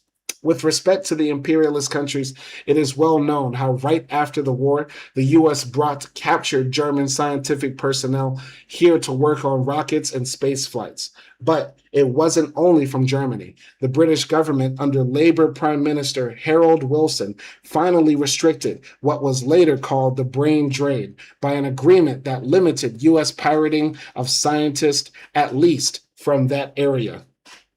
While U.S. government policy has been to restrict immigration and imprison and deport so-called illegal, undocumented workers, it has at the same time enticed third world scientists to the U.S. On the one hand, imperialist policy through a variety of foundations like those endowed by the Fords, Rockefellers, and others seem to be constantly exhorting the oppressed countries to modernize, to become innovative and inventive, and thereby aid their industrial and technological development. But the truth is that every chance they get to entice third world scientists to the U.S., they do so in complete contradiction to the proclaimed policy. They not only extend the stay of visiting students and professors and encourage them to become citizens, but also offer them various monetary inducements. Once again, it is a strategy. It is a strategy for the UK to take the Nigerian doctors, engineers, lawyers, tech personnel, all of those. It's a strategy the same way in the US to take the best of Jamaica, the best of Grenada, the best of Mexico, and hope and bring them to the US, and from India as well. It's a strategy to make sure that the global South always remains dependent. And also inverse, because the countries they're coming from are bourgeois capitalistic democracies as well, they know that those people who are highly educated are probably going to be demanding more from their country than just more exploitation, more freedom to be exploited in the labor market. So on one hand, Mexico is glad to send their doctors and engineers away because it keeps their population poor, stupid, dispossessed, disorganized, without leadership, of course, and without the intellectuals that have the ability to give voice, to articulate and illustrate the exploitative nature of their system, hopefully so that they can create something better. It's a strategy on both ends because, once again, there are no poor countries in the world. There's no country that's poor. There are only poor people in these countries because they are exploited and their natural resources are exploited. First, by the bourgeois who exist in that country, the rich Chileans, the rich Peruvians, the capital owners of Brazil, and also by the imperialist nations of the North, the Americans, the Europeans by and large, and other great forces in the world. But I digress. So let's continue here. It is one thing to defend the democratic rights of individuals to choose their own domicile. It is another matter if this is part and parcel of a policy of monopoly capitalism to pillage and plunder the resources of third world countries. The scientific personnel of less developed countries are in many respects their most precious resource. The brain drain aspect of the scientific technological revolution has enhanced, not diminished, U.S. imperialism's intense exploitation of the oppressed people. Yeah, this is why I always bring that up, man. And as somebody who has lived in countries where brain drain is a serious problem, my first time living abroad was in Tunisia for extended periods of time. After that, it was Serbia, then Turkey, traveled throughout Africa, Kenya, Tanzania, Mauritius, Indonesia. I went there as well. And everywhere I've went, I've heard the story. I've got a cousin in Germany. I have a brother in America. I have an uncle in Canada. Oh, what do they do? You know, he's an engineer here, but he's a taxi driver over there. That person has a master's degree here, but they're sweeping floors there. And once again, even if they're sweeping floors in Germany instead of working as a doctor in Tunisia, once again, people are motivated by the profit motive in a capitalist system. So sweeping floors in Germany pays way more than being a doctor in, let's say, Kenya or Tunisia or something like that.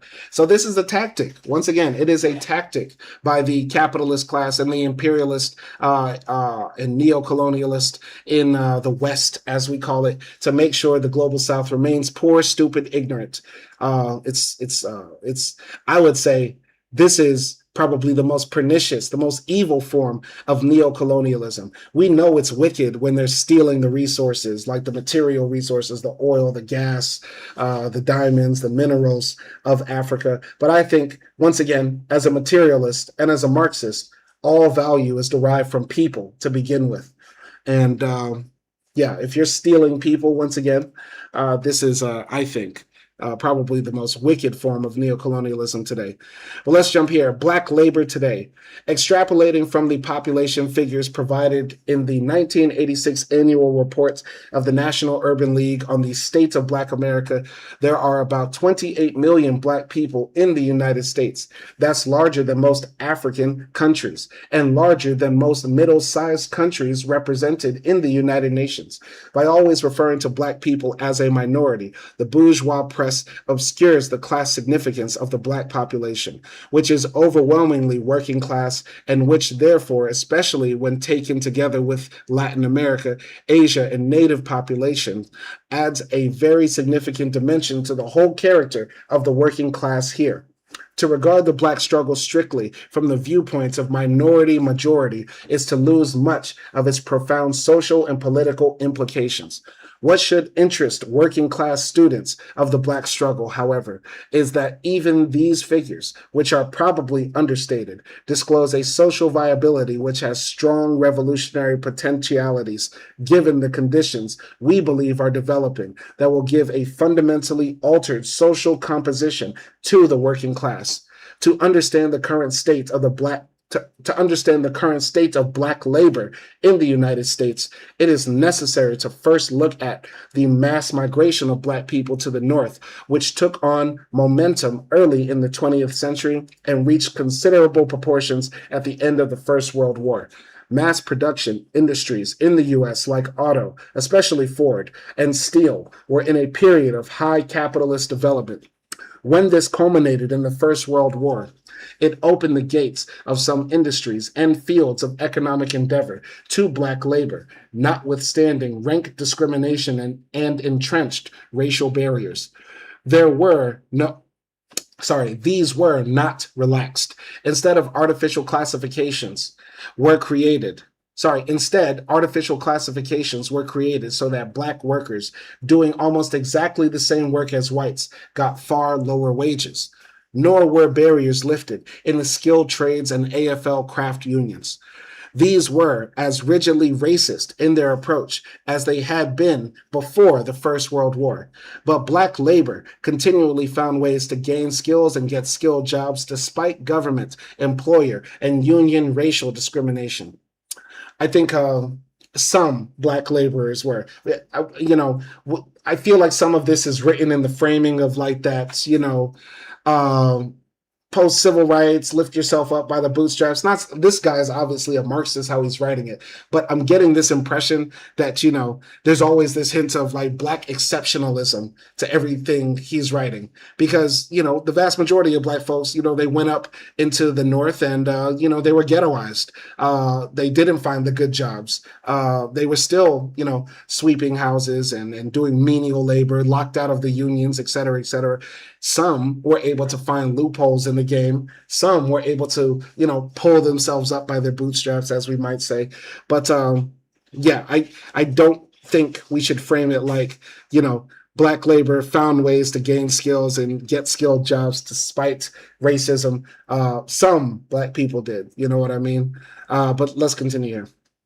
It should always be borne in mind that even the first boatloads of slaves who arrived in this country from Africa brought with them useful skills, which were developed even in slave times. In cities like New York and Philadelphia, before the mass migrations from Europe started, there were a considerable number of Black workers in industry who had developed skills. But as more and more white labor from Europe became available, Black workers began to be relentlessly driven out of industry. These mass migrations from Europe undermined whatever leverage the Black workers might have had in industry, notwithstanding discrimination. Things got more and more difficult for them. Capitalism, as the involuntary promoter of the development of the working class, also caused the mass migration of Black agricultural workers from the South to the North, notwithstanding the racial barrier or the unemployment as a consequence of the capitalist economic system. More and more Black workers got into Northern industry, even as the pool of Black unemployed grew. That most of these central cities of the North, and now some in the South, have a majority or a very large minority of Black people is objectively due to the transformation of capitalist industry with the First and Second World Wars. World War II, in particular, was a much longer war for the U.S. and entailed the construction of many defense facilities. In fact, the entire U.S. industrial apparatus was converted for war purposes, and for the first time, full employment became an artificial phenomenon dependent on war spending. These two objective factors, the First and Second World Wars, also found an echo beginning in 1950 with the Korean War. In the early 1950s and again during the Vietnam War, employment was artificially propped up by a continuing growth of the defense industries.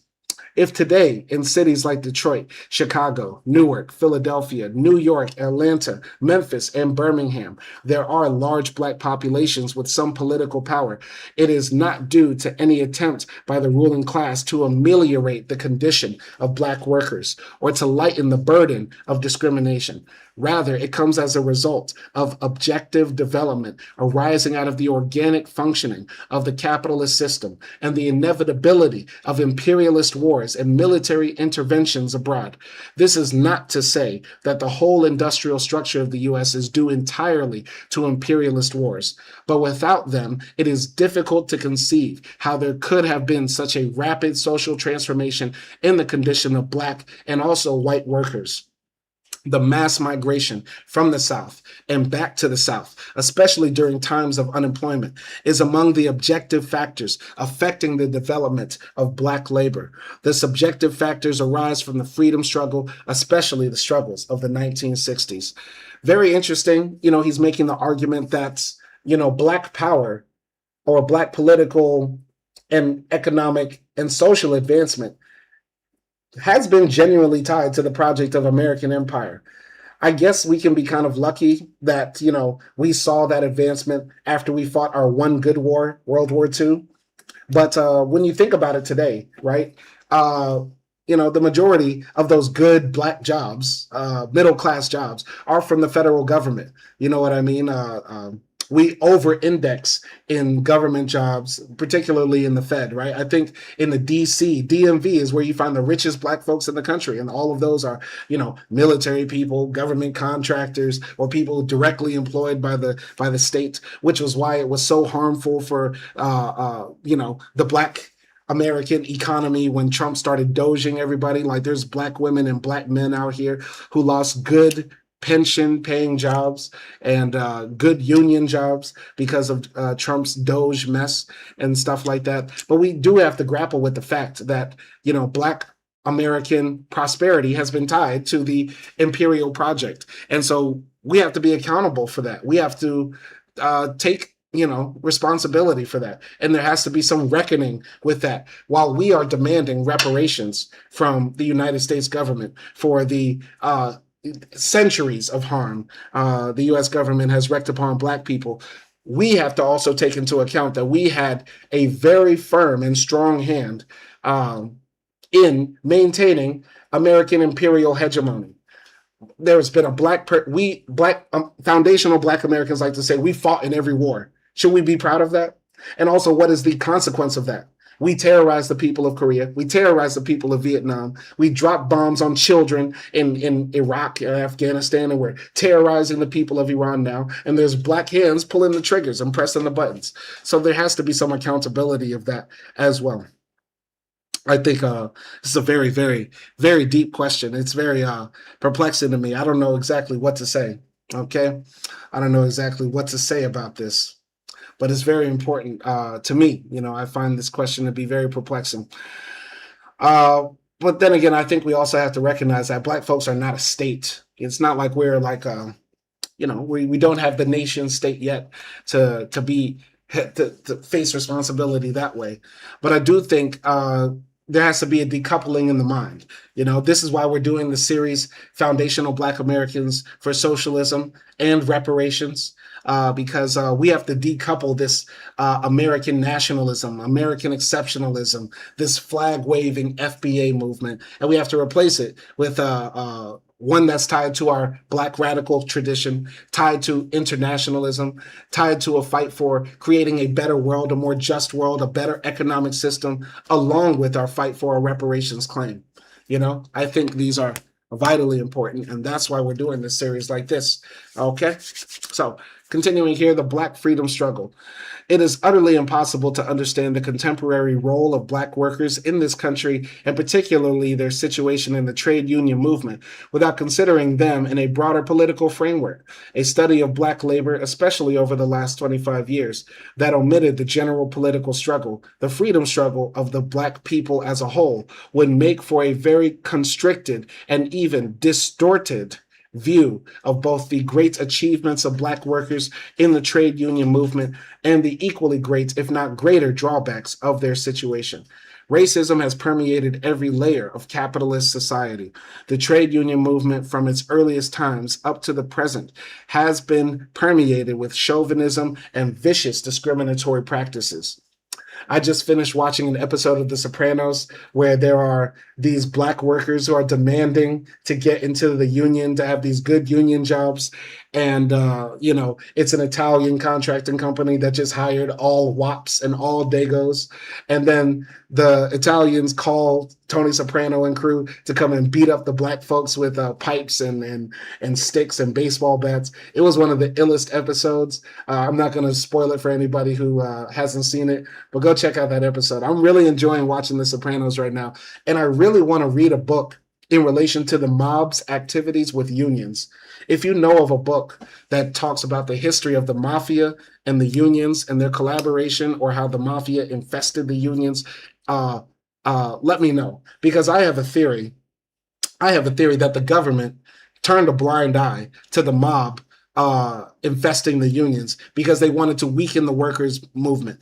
The capitalist class will do anything to make sure that the workers are disorganized, ununionized, poor, stupid, and ignorant. So, yeah, I think that's my theory here, but I want to do more research about that. So if you know of a good book about the mafia and the unions and their history between them two, let me know, because that's a topic I'm very, very, very interested in. Okay. And I also think there hasn't been a lot of conversation about socialism and crime. We want to overthrow the capitalist system, but we also know that a criminal element will exist. And I know crime is just essentially when you create restrictions on people's activity. So anything could be crime. Anything could be a crime. You could pass a law tomorrow that says blinking twice is a crime, and therefore everybody's a criminal, right? But I'm talking about people that will seek to undermine the mores and rules of society for their own personal benefit, or to transgress against others. And I think some more reading or scholarship done on communism and crime or socialism and crime will be very interesting as well. So I'm very interested in those two intersections now, but that's because I'm in a weird mood. I'm in a Marxist mafia mood, if that makes sense. Tony Soprano with the Marx beard. You know what I'm saying? That's my mood right now. But I digress. Let's continue. So racism has permeated every layer of capitalist society. The trade union movement, from its earliest times up to the present, has been permeated with chauvinism and vicious discriminatory practices. The trade unions are the most formidable working class organizations in the country. Aside from temporary retreats and taking into account the long duration of the political reaction, they are bound to become organs of the great struggle for emancipation from both racist oppression and capitalist class exploitation. Okay, shout out to Revolution joining the live stream. Salute to you joining in. I would like to ask you, Revolution, the question: what do you think about the mafia infesting the unions? Do you think that might have been done on purpose? Or do you think it was just a coincidence that the trade union movement in America coincided with the rise of organized crime, particularly the mafia as we understand it, La Cosa Nostra? Do you think it was done on purpose? What do you think? We're just shooting the shit. Just throwing darts on the wall. What you think about that? Anyway, but all of this has to be considered in the broader arena of the overall political struggle of Black people, in which the trade unions have certainly been a significant part, but only a part. In reality, what happens there is a reflection of what is going on in the Black struggle as a whole. The great battles of the 1960s and 70s in particular must be considered in evaluating and analyzing how this reflected itself in the unions. Just to make one example out of many, in April 1969, some 500 Black workers shut down production at the Ford plant in Mahwah, New Jersey, for several days. The workers walked out because a foreman called one of the workers a black bastard. Although the official UAW leadership urged the workers to return to their jobs, they nevertheless stayed out until the foreman was ousted from the plant. This was the famous so-called Wildcat strike at Mahwah, organized by the United Black Brothers, and it represented a significant victory for all the workers, as we all should be. As we all should be. Shout out to Revolution. He said it was done on purpose. I wouldn't be surprised. We know that the U.S. government worked with gangsters. Didn't they have Lucky Luciano try to ship weapons into southern Italy? Like, there's some story about Lucky Luciano was doing like lifetime in jail, but Luciano had the connections in Sicily when the American government wanted to do a land invasion in Sicily, but they couldn't get like weapons or a landing strip there built or something like that. So they made a deal with Lucky Luciano, who was doing life in jail. Hey, help us get these weapons to Sicily so that we can fight against the fascists, which we kind of like, but we have to fight them now because that's the side we're on, you know. But and Lucky Luciano said, bet. And he called up his mafia connects in Sicily, made it happen for the U.S. Lucky Luciano gets out of jail, and he ends up going to Sicily and living out the rest of his days as a free man, even though he committed mad crimes in America. So yeah, I wouldn't be surprised if the U.S. government worked with the mob to undermine the trade union movement explicitly, to undermine any sort of worker unity or larger workers' revolution. So that's a very good point, Revolution. But yeah, let's continue here. So if this significant victory for the UAW at that period is seen only in the trade union framework, it could present an oddity. But when seen in the larger framework of the overall Black political struggle, one gets a far truer measure of its significance for the local struggle as well as nationally.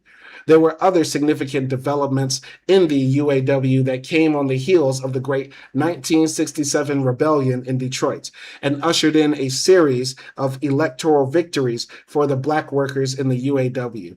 Suddenly, the UAW leadership stopped the practice of mobilizing opposition to Black candidates in local elections. Within a few months after the formation of the League of Revolutionary Black Workers were elected as presidents of Local 900, Ford's Wayne plant, Local 47, Chrysler's Detroit Forge, Local 961, Chrysler's Eldron Gear, Local 7, Chrysler, Local 51, Plymouth, and even Local 1248, Chrysler Mopar, where only 20% of the plant's 989 workers were Black. A Black was elected for the first time as vice president of Briggs Local 21. That's dope. Sounds like the DSA today. A minority of the members are Black, but the faces of the most powerful people getting into power are, of color, right? So shout out to Revolution. He said, America placed the puppet Batista in Cuba, and the Italian Jewish mafia was in Cuba. America had no issue with that. Fidel forced them out. Vegas came about due to that. That's another very good point. Yes, Cuba was a mafia state that America was just glad to have. They were glad to allow the mafia to go there to do business and, do rum running and bootlegging and all sorts of shit. Yeah, they were happy to do that. They were happy to turn Cuba into Epstein Island, with all sorts of wicked shit going down there. And thank God Fidel came there and cleaned that bitch up. God bless Fidel. God bless Che Guevara, and Viva la Revolution in Cuba, for real. I pray every single day for the Cuban people, man, because I can't imagine what it would be like for the whole world to turn their back on you while the most powerful country in the world tries to starve you out. We have a lot to say about, Gaza. Gaza was 2 million people under siege before October 6th. Cuba is about 10 million people under siege with nobody there to help them. And I think this is a divide and conquer tactic by the imperialist powers now. They're being so wicked to the Palestinians that we almost forget about Cuba. We almost forget about Venezuela. We almost forget about the people of Sudan and how, they're the capitalist class and the imperialists, the neo-colonialists are just running rampant and just allowing these people to be slaughtered. You know what I mean? For profit. That's a very good point right there. Revolution. You a smart man. You a smart man, my guy. Anyway, so Revolution says, yes, Hermano, I appreciate your respect to my people. My people are your people. Absolutely, man. Absolutely. I got love for Cuba for real. Number one, because Cuba held Asada. I will never say anything negative about Cuba because y'all held Asada down. Y'all held Huey P. Newton down. Cuba sent mad doctors around the world. I don't know if you're from Cuba or not. I don't care. But, I think Cuba is a shining example of what a country should be like. And I'm not saying Cuba doesn't have its problems, but goddamn, when it comes to foreign policy and when it comes to standing up for Black revolutionaries, there is no country in the world that will always have my love and respect than Cuba. Shit, I might have a son or a daughter and name them Cuba. That's how much I love that country for real, for what they did for our heroes, for our freedom fighters. You know what I'm saying? And they're facing down the devil incarnate. Cuba's facing down the devil incarnate, the U.S. government, the most powerful country in the world, nuclear bombs, mad military bases, and it's a small country, with 10 million people, with no money, being starved out right now, and yet and still they hold their head up high. I'll always have love for Cuba for holding down Asada and our revolutionary heroes, for real. Okay, but anyway, so before the Manawa struggle took place, there were a considerable number of political rebellions and insurrections of Black people. There was the Harlem Rebellion, followed by Watts, Newark, and Cleveland, to name only a few. And of course, the largest of the mass insurrections took place in Detroit. Following the assassination of Martin Luther King in 1968, there were a total of more than 500 rebellions throughout the whole country. How then can the struggle of Black workers for equality be seen as strictly trade union struggles?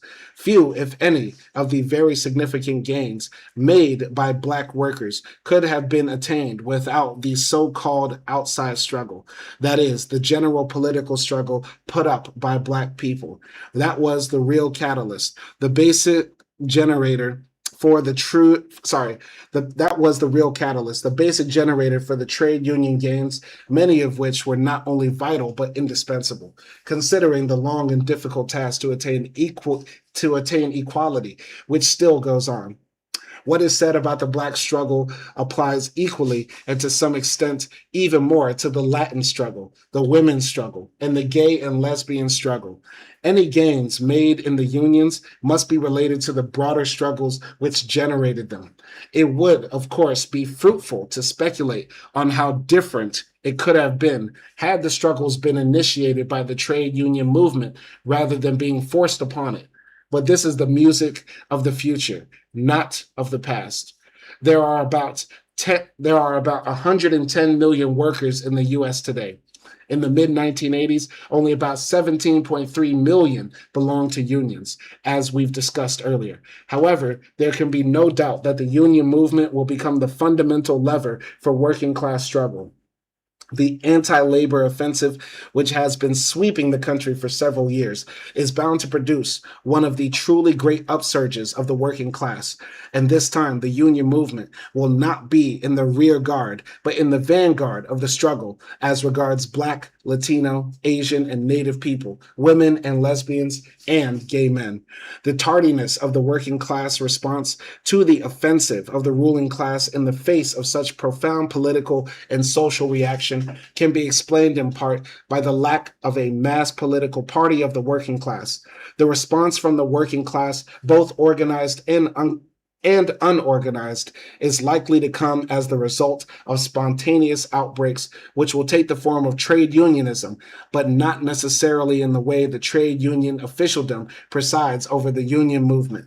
What more concrete form it will take, we have to leave for events themselves to reveal. I do believe that it's beneficial for us to be a part of unions, but we shouldn't just resort to trade unionism, which is just the idea that the workers come together and fight for marginal better benefits, better pay, less working hours, more free vacation days, paid vacation days, whatever. The idea is for the working class to ultimately seize the means of production. The idea is for that trade union to transform into the workers' cooperative, overseeing the means of production being produced into other commodities and things like that. So I think we should also keep this in mind that the trade union isn't just an end in itself. It's a tool for the ultimate liberation of the working class, for the working class to seize the power of the state. That is what we are looking at here. So very important, very important. So suffice it to say that the very intensity of the political reaction generated by the Reagan administration and prepared earlier by the Carter administration and its predecessors has created the conditions for a tumultuous social upheaval, not a controlled one, that could be easily manipulated by contemporary bourgeois politicians and the trade union bureaucracy. The very tardiness in preparing a party of the working class, which in Europe and other areas has taken generations to build up, makes inevitable that the pent-up rage at the oppression and exploitation endured by all the strata of the working class will break out in another form. It would seem to emanate most easily from the workplace and from the vast pool of unemployed. The special oppression of women, Black, Latin, Asian, Arab, and Native workers will make them a magnet for one another. A former science advisor to Reagan in late 1985 told a cable news network, CNN interviewer, that the unemployment in Western Europe constitutes the greatest danger to Western civilization. Of course it's true, but not only in Europe. The capitalist recovery here in the US has been taking place amidst some 15 million unemployed. If comprehensive calculations are made, social peace cannot be maintained on such an explosive material basis. Interesting, very interesting. The impact of high tech on Black postal workers. In attempting to evaluate the impact of the scientific technological revolution on Black workers, as well as other oppressed people, it is best to avoid focusing our analysis on a narrow sector of industry. Also, while the influence of high tech has been most profound in industries such as auto, electrical, and steel, we have already dealt with these areas in some measure. We are also deliberately avoiding areas where racist or sexist discrimination is most pronounced, or where Black, Latin, and women workers still constitute only a very small portion of the workforce. A broad sector of the economy where there are a significant number of Black, Latin, and women workers is more appropriate for this study. By taking a sector of the economy where so-called optimum conditions prevail, where racist and sexist oppression is generally regarded as less significant than in other areas, we are better able to illustrate our theme, namely that high-tech results in low-wage jobs and unemployment in all sectors of the economy. This explains why we have chosen what seems like an unlikely area, the U.S. Postal Service, for this study. Furthermore, it is probably the oldest service industry in the country, being created around the time of the U.S. Constitution in 1789. Though racism may be a less significant factor in the Postal Service than in some other areas, nevertheless, this is the current situation for Black postal workers. Blacks appear to be concentrated in less future-oriented postal service jobs. When racial concentration versus dispersal of employees in the Postal Service is analyzed, Blacks appear to be concentrated in the lower range and low-paying jobs, levels 1 through 6. In contrast, in grade levels 7 through 38, 90% of the postal employees are non-minority. Thus, the mode of substitution in this case is by a targeted racial distribution in which Blacks are concentrated in the jobs most likely to be affected by technology, particularly the 9-digit zip code, automated mail processing, and flat sorting technology and the electronic message system. The same is true for Latin and other oppressed people. During the depths of the Great Depression, work at the post office was considered the best and most secure job for anybody from a working class family. Even today, assuming there are openings, it probably offers more job security for a young person from a working class family than other areas. However, a great transformation is underway here too, although it is not publicly recognized.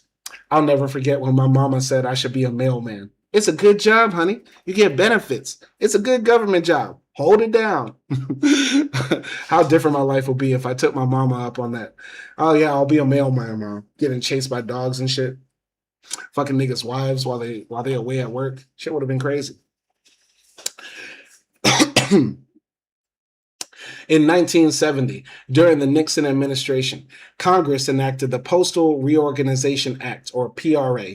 With this new law, the government took decisive steps that were to have far-reaching significance for many millions of workers.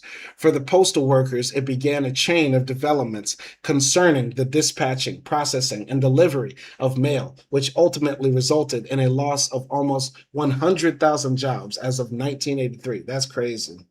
All right. Cowboy Christian says, be a kingpin. Nah, I wouldn't want to do that. The PRA was the first early warning of what has become a virtual daily phenomenon, the so-called deregulation of industry, whose principal aim and function, despite claims of modernization by the ruling class, is to ditch restraining and protective labor legislation and to get into private hands anything they feel can be profitable. The PRA made a so-called independent agency of the Postal Service, which had been regarded as a full-fledged arm of the government with representation in the cabinet since way back in 1828.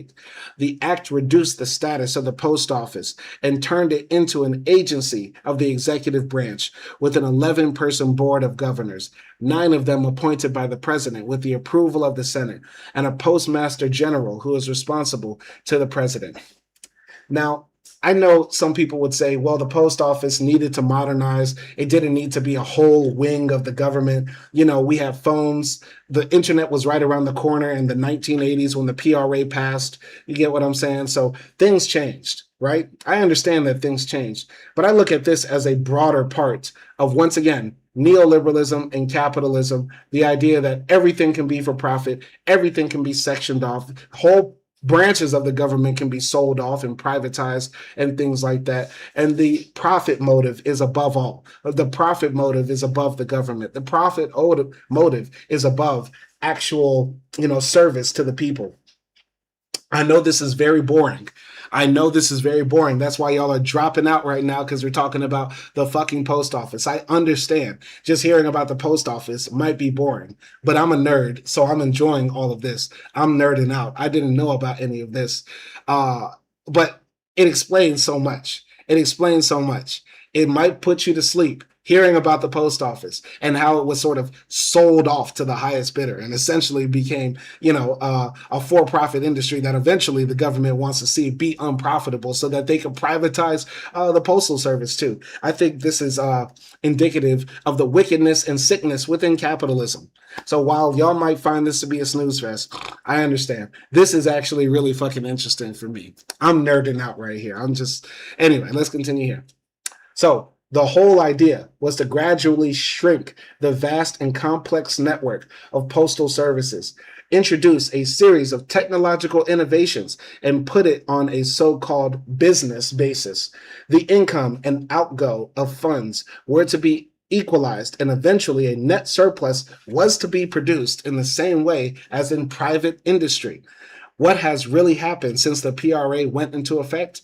Despite the decline in the number of postal workers from 756,000 in 1970 to 660,000 in 1983, the Postal Service has increased its piece volume by more than 20 billion. In 1981 alone, mail volume reached a record 110 billion pieces. I don't tell veterans, thank you for your service. If you went to go kill Iraqi children or Afghan children, I tell you, you're a bastard and you should reform and then join our side. But yeah, you're a bastard piece of shit. I say thank you for your service to postal workers. Postal workers are better than our veterans. Postal workers deserve all the praise that we give the baby killers who went to Vietnam, Korea, Iraq, in Iran right now, killing babies in schools and shit like that, killing children in Gaza. Yeah, fuck our soldiers, our veterans. Fuck that. Salute a postal worker when you see him and give a bird to a veteran. And then give them a flyer, tell them to come to the Socialist Reading Club. But yeah, our veterans, no. Our postal workers, yeah. Anyway. Despite this growth in productivity, however, in the last contract announced on December 24th, 1984, the government, through an arbitration panel, imposed the notorious two-tier wage pattern on the American Postal Workers Union and the National Association of Letter Carriers. This meant a 25% wage cut for the workers hired after a certain date. In time, this lower wage may apply to all workers unless a combined effort of all the unions, not only the postal unions, is mobilized against it throughout the country. So in time, this lower wage may apply to all workers unless a combined effort of all the unions, not only the postal unions, is mobilized against it throughout the country. The two-tier system of wage levels first got a foothold in none other than the Boeing Company, one of the pillars of high technology in the aerospace industry. At the same time, notwithstanding the government's bold talk about private enterprise standing on its own feet, it has continued a long line of luscious contracts to the big corporations, which supply the materials to the Postal Service. In addition, the government is trying to weaken the no layoff clause in the postal workers' contract.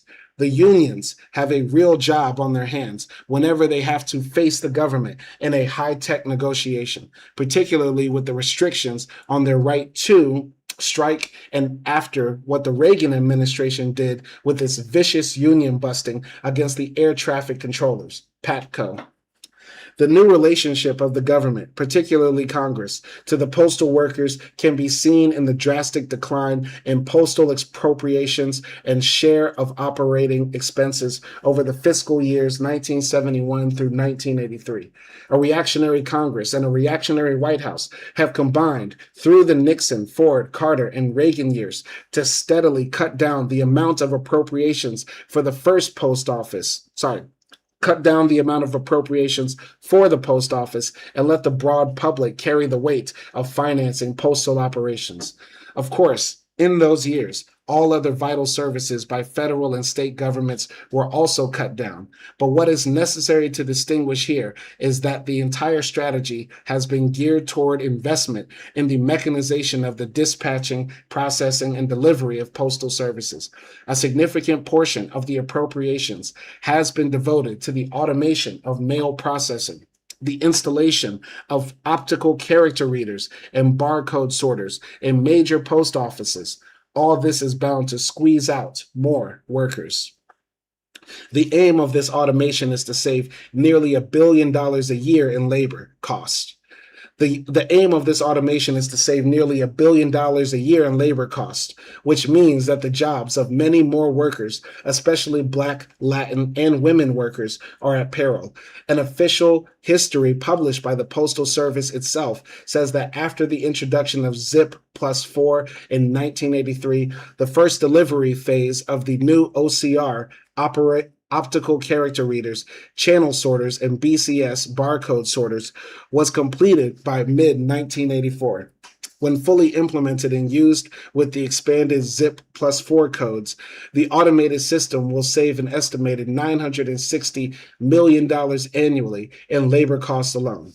What happened to the electronic mail delivery service is instructive for seeing how the big corporations allow new technologies to be developed at government expense only to take them over themselves. The U.S. government first developed electronic computer-originated mail, or ECOM, which went into service in 1982. It allowed large volume mailers to transmit messages via computer to selected post offices, where they were printed out, placed in envelopes, and delivered by letter carriers. But then a group of large private multinational companies, including UPS, Federal Express, and Western Union, instigated the Antitrust Division of the Justice Department to file a suit charging the Postal Service with unfair competition because of the low rates charged. Although the Post Office won, the so-called Independent Post Rate Commission then demanded that e-com rates be doubled, which finally forced the government to abandon that part of the delivery of electronic mail which pertains to domestic use. However, the government continues to maintain the service called Intel Post, which is an electronically transmitted international service. Very interesting. So the government invented email so large companies didn't have to waste everybody's time delivering mail back and forth to each other. But then the private companies were mad that the Postal Service was beating them in price, because capitalism only works when major corporations are able to fix a price through their monopoly. And if they actually have somebody coming in with a lower price, that's not how capitalism is supposed to work. All the capitalists give this argument, with more competition, this is better for consumers because they have different choices and different prices. But the major corporations, they say, we don't want competition. We just want to control shit, essentially. So yeah, essentially, these companies try to take the U.S. government to court because the U.S. government could charge almost nothing, and that's not fair for them. So even though the government won, unsurprisingly, they then got rid of their e-com service, which was like email. And we could have all had free email. Now, technically, how things worked out, we kind of have free email, but we all know Google is like reading our emails.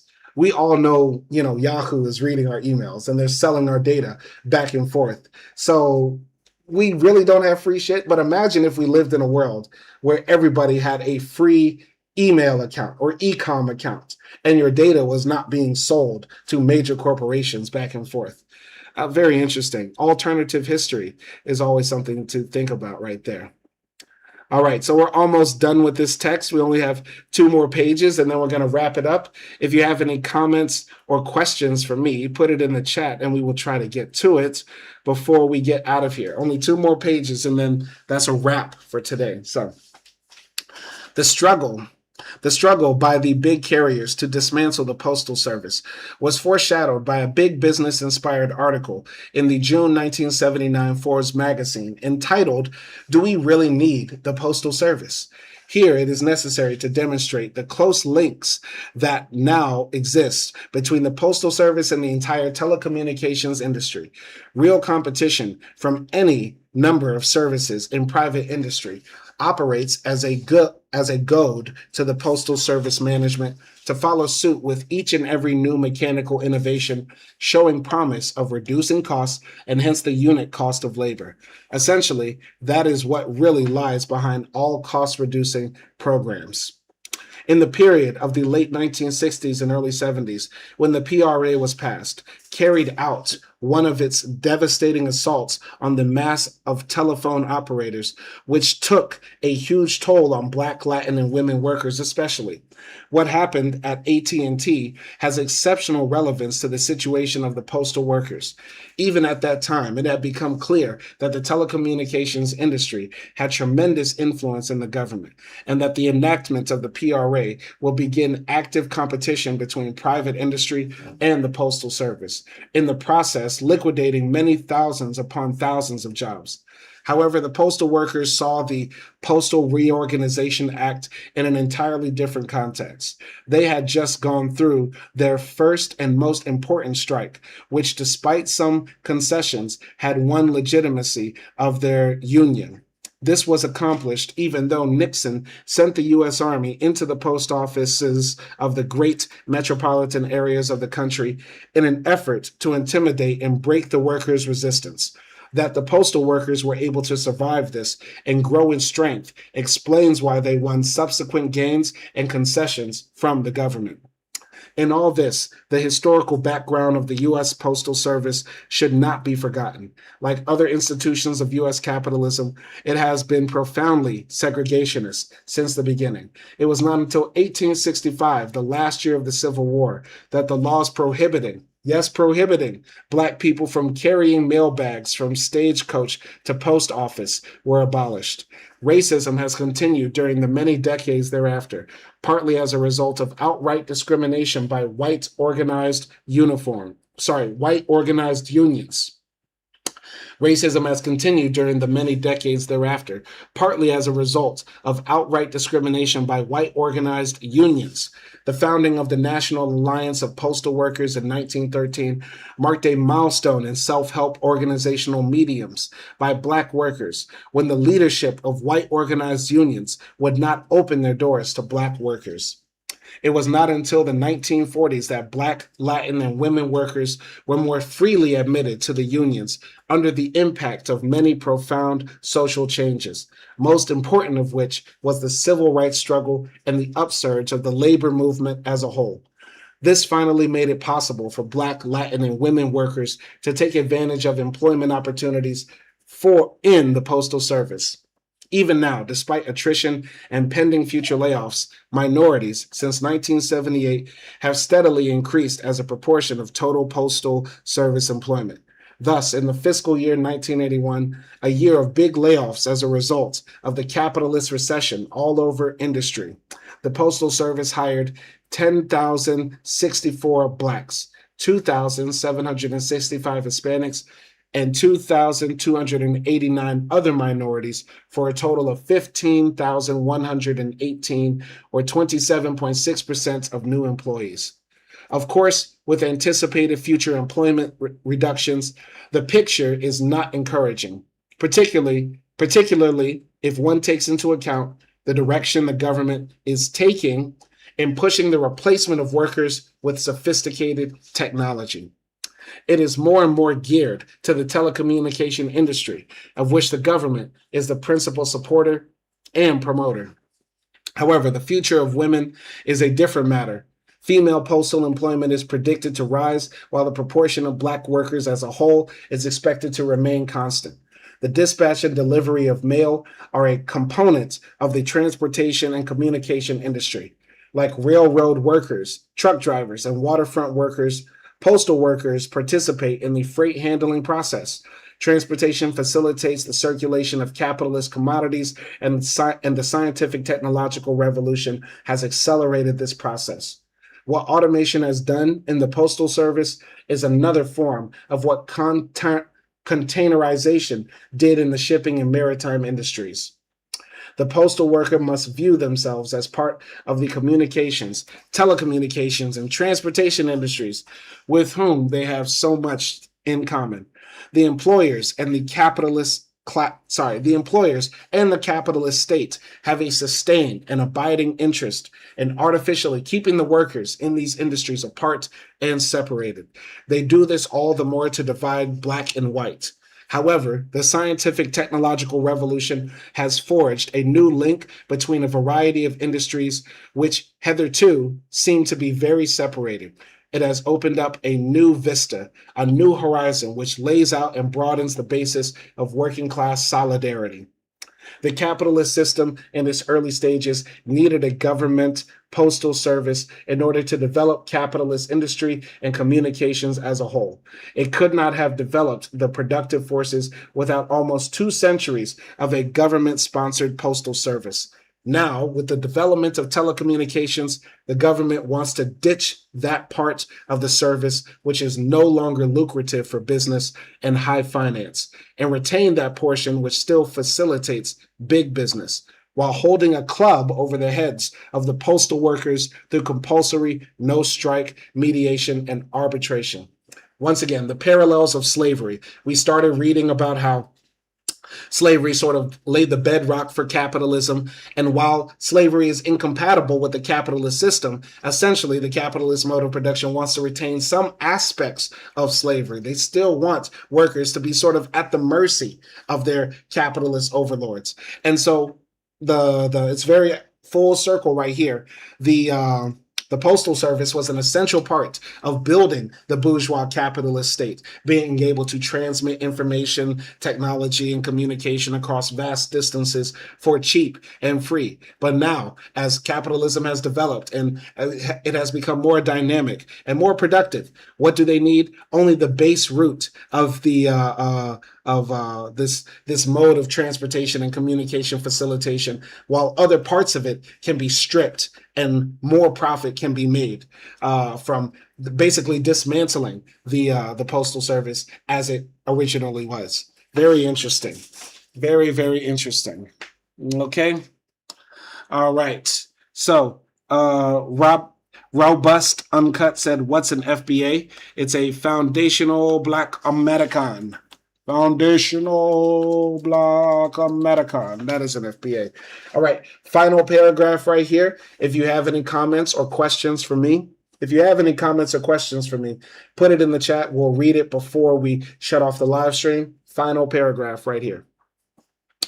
Union leaders must make particularly clear that there is absolutely no valid reason why the capitalist government should be able to dictate the wages and working conditions of the postal workers and at the same time deprive the workers of their right to strike.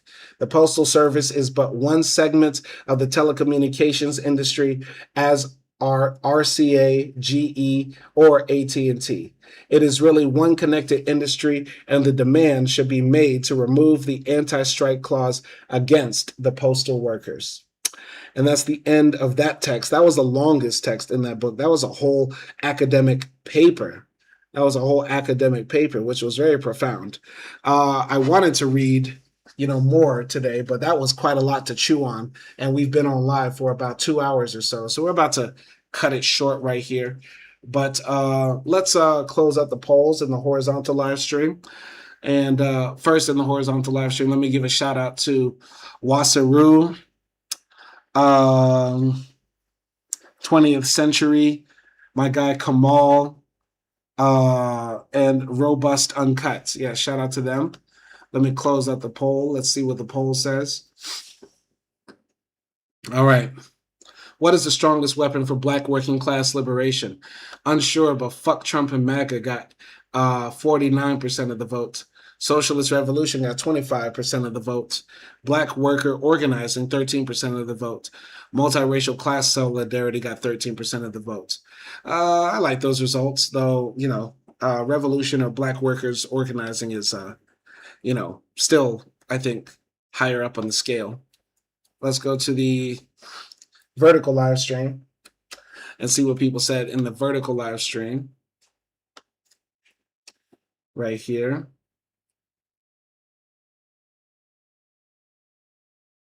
Okay. In the vertical live stream. All right, let's go here. Looks like we got a lot of white supremacists that jumped in here. All right, does capitalism depend on racial inequality to survive? No, they're separate, got 43% of the votes. Yes, it's built into it, 37% of the votes. Unsure, but fuck Trump and MAGA, got 14% of the votes. Often, but not always, got 6% of the votes. All right, so this is obviously the white supremacists had their way with that. The fascists and trolls, by and large, had their way with that. But most of the time we do the polls, the correct answer tends to win. This is just an aberration, I would say. But we're going to make sure some of these people never return. They're going to the gulag. But I'm going to clean up the chat after this. But yeah, this has been a good live stream. Thank you for showing up, like always, to all of you. Shout out to everybody that joined in the vertical live stream. If I read your comment, you got a shout out, essentially. Y'all be easy out there. All power to the people. All power to the people. All power to the people. And peace.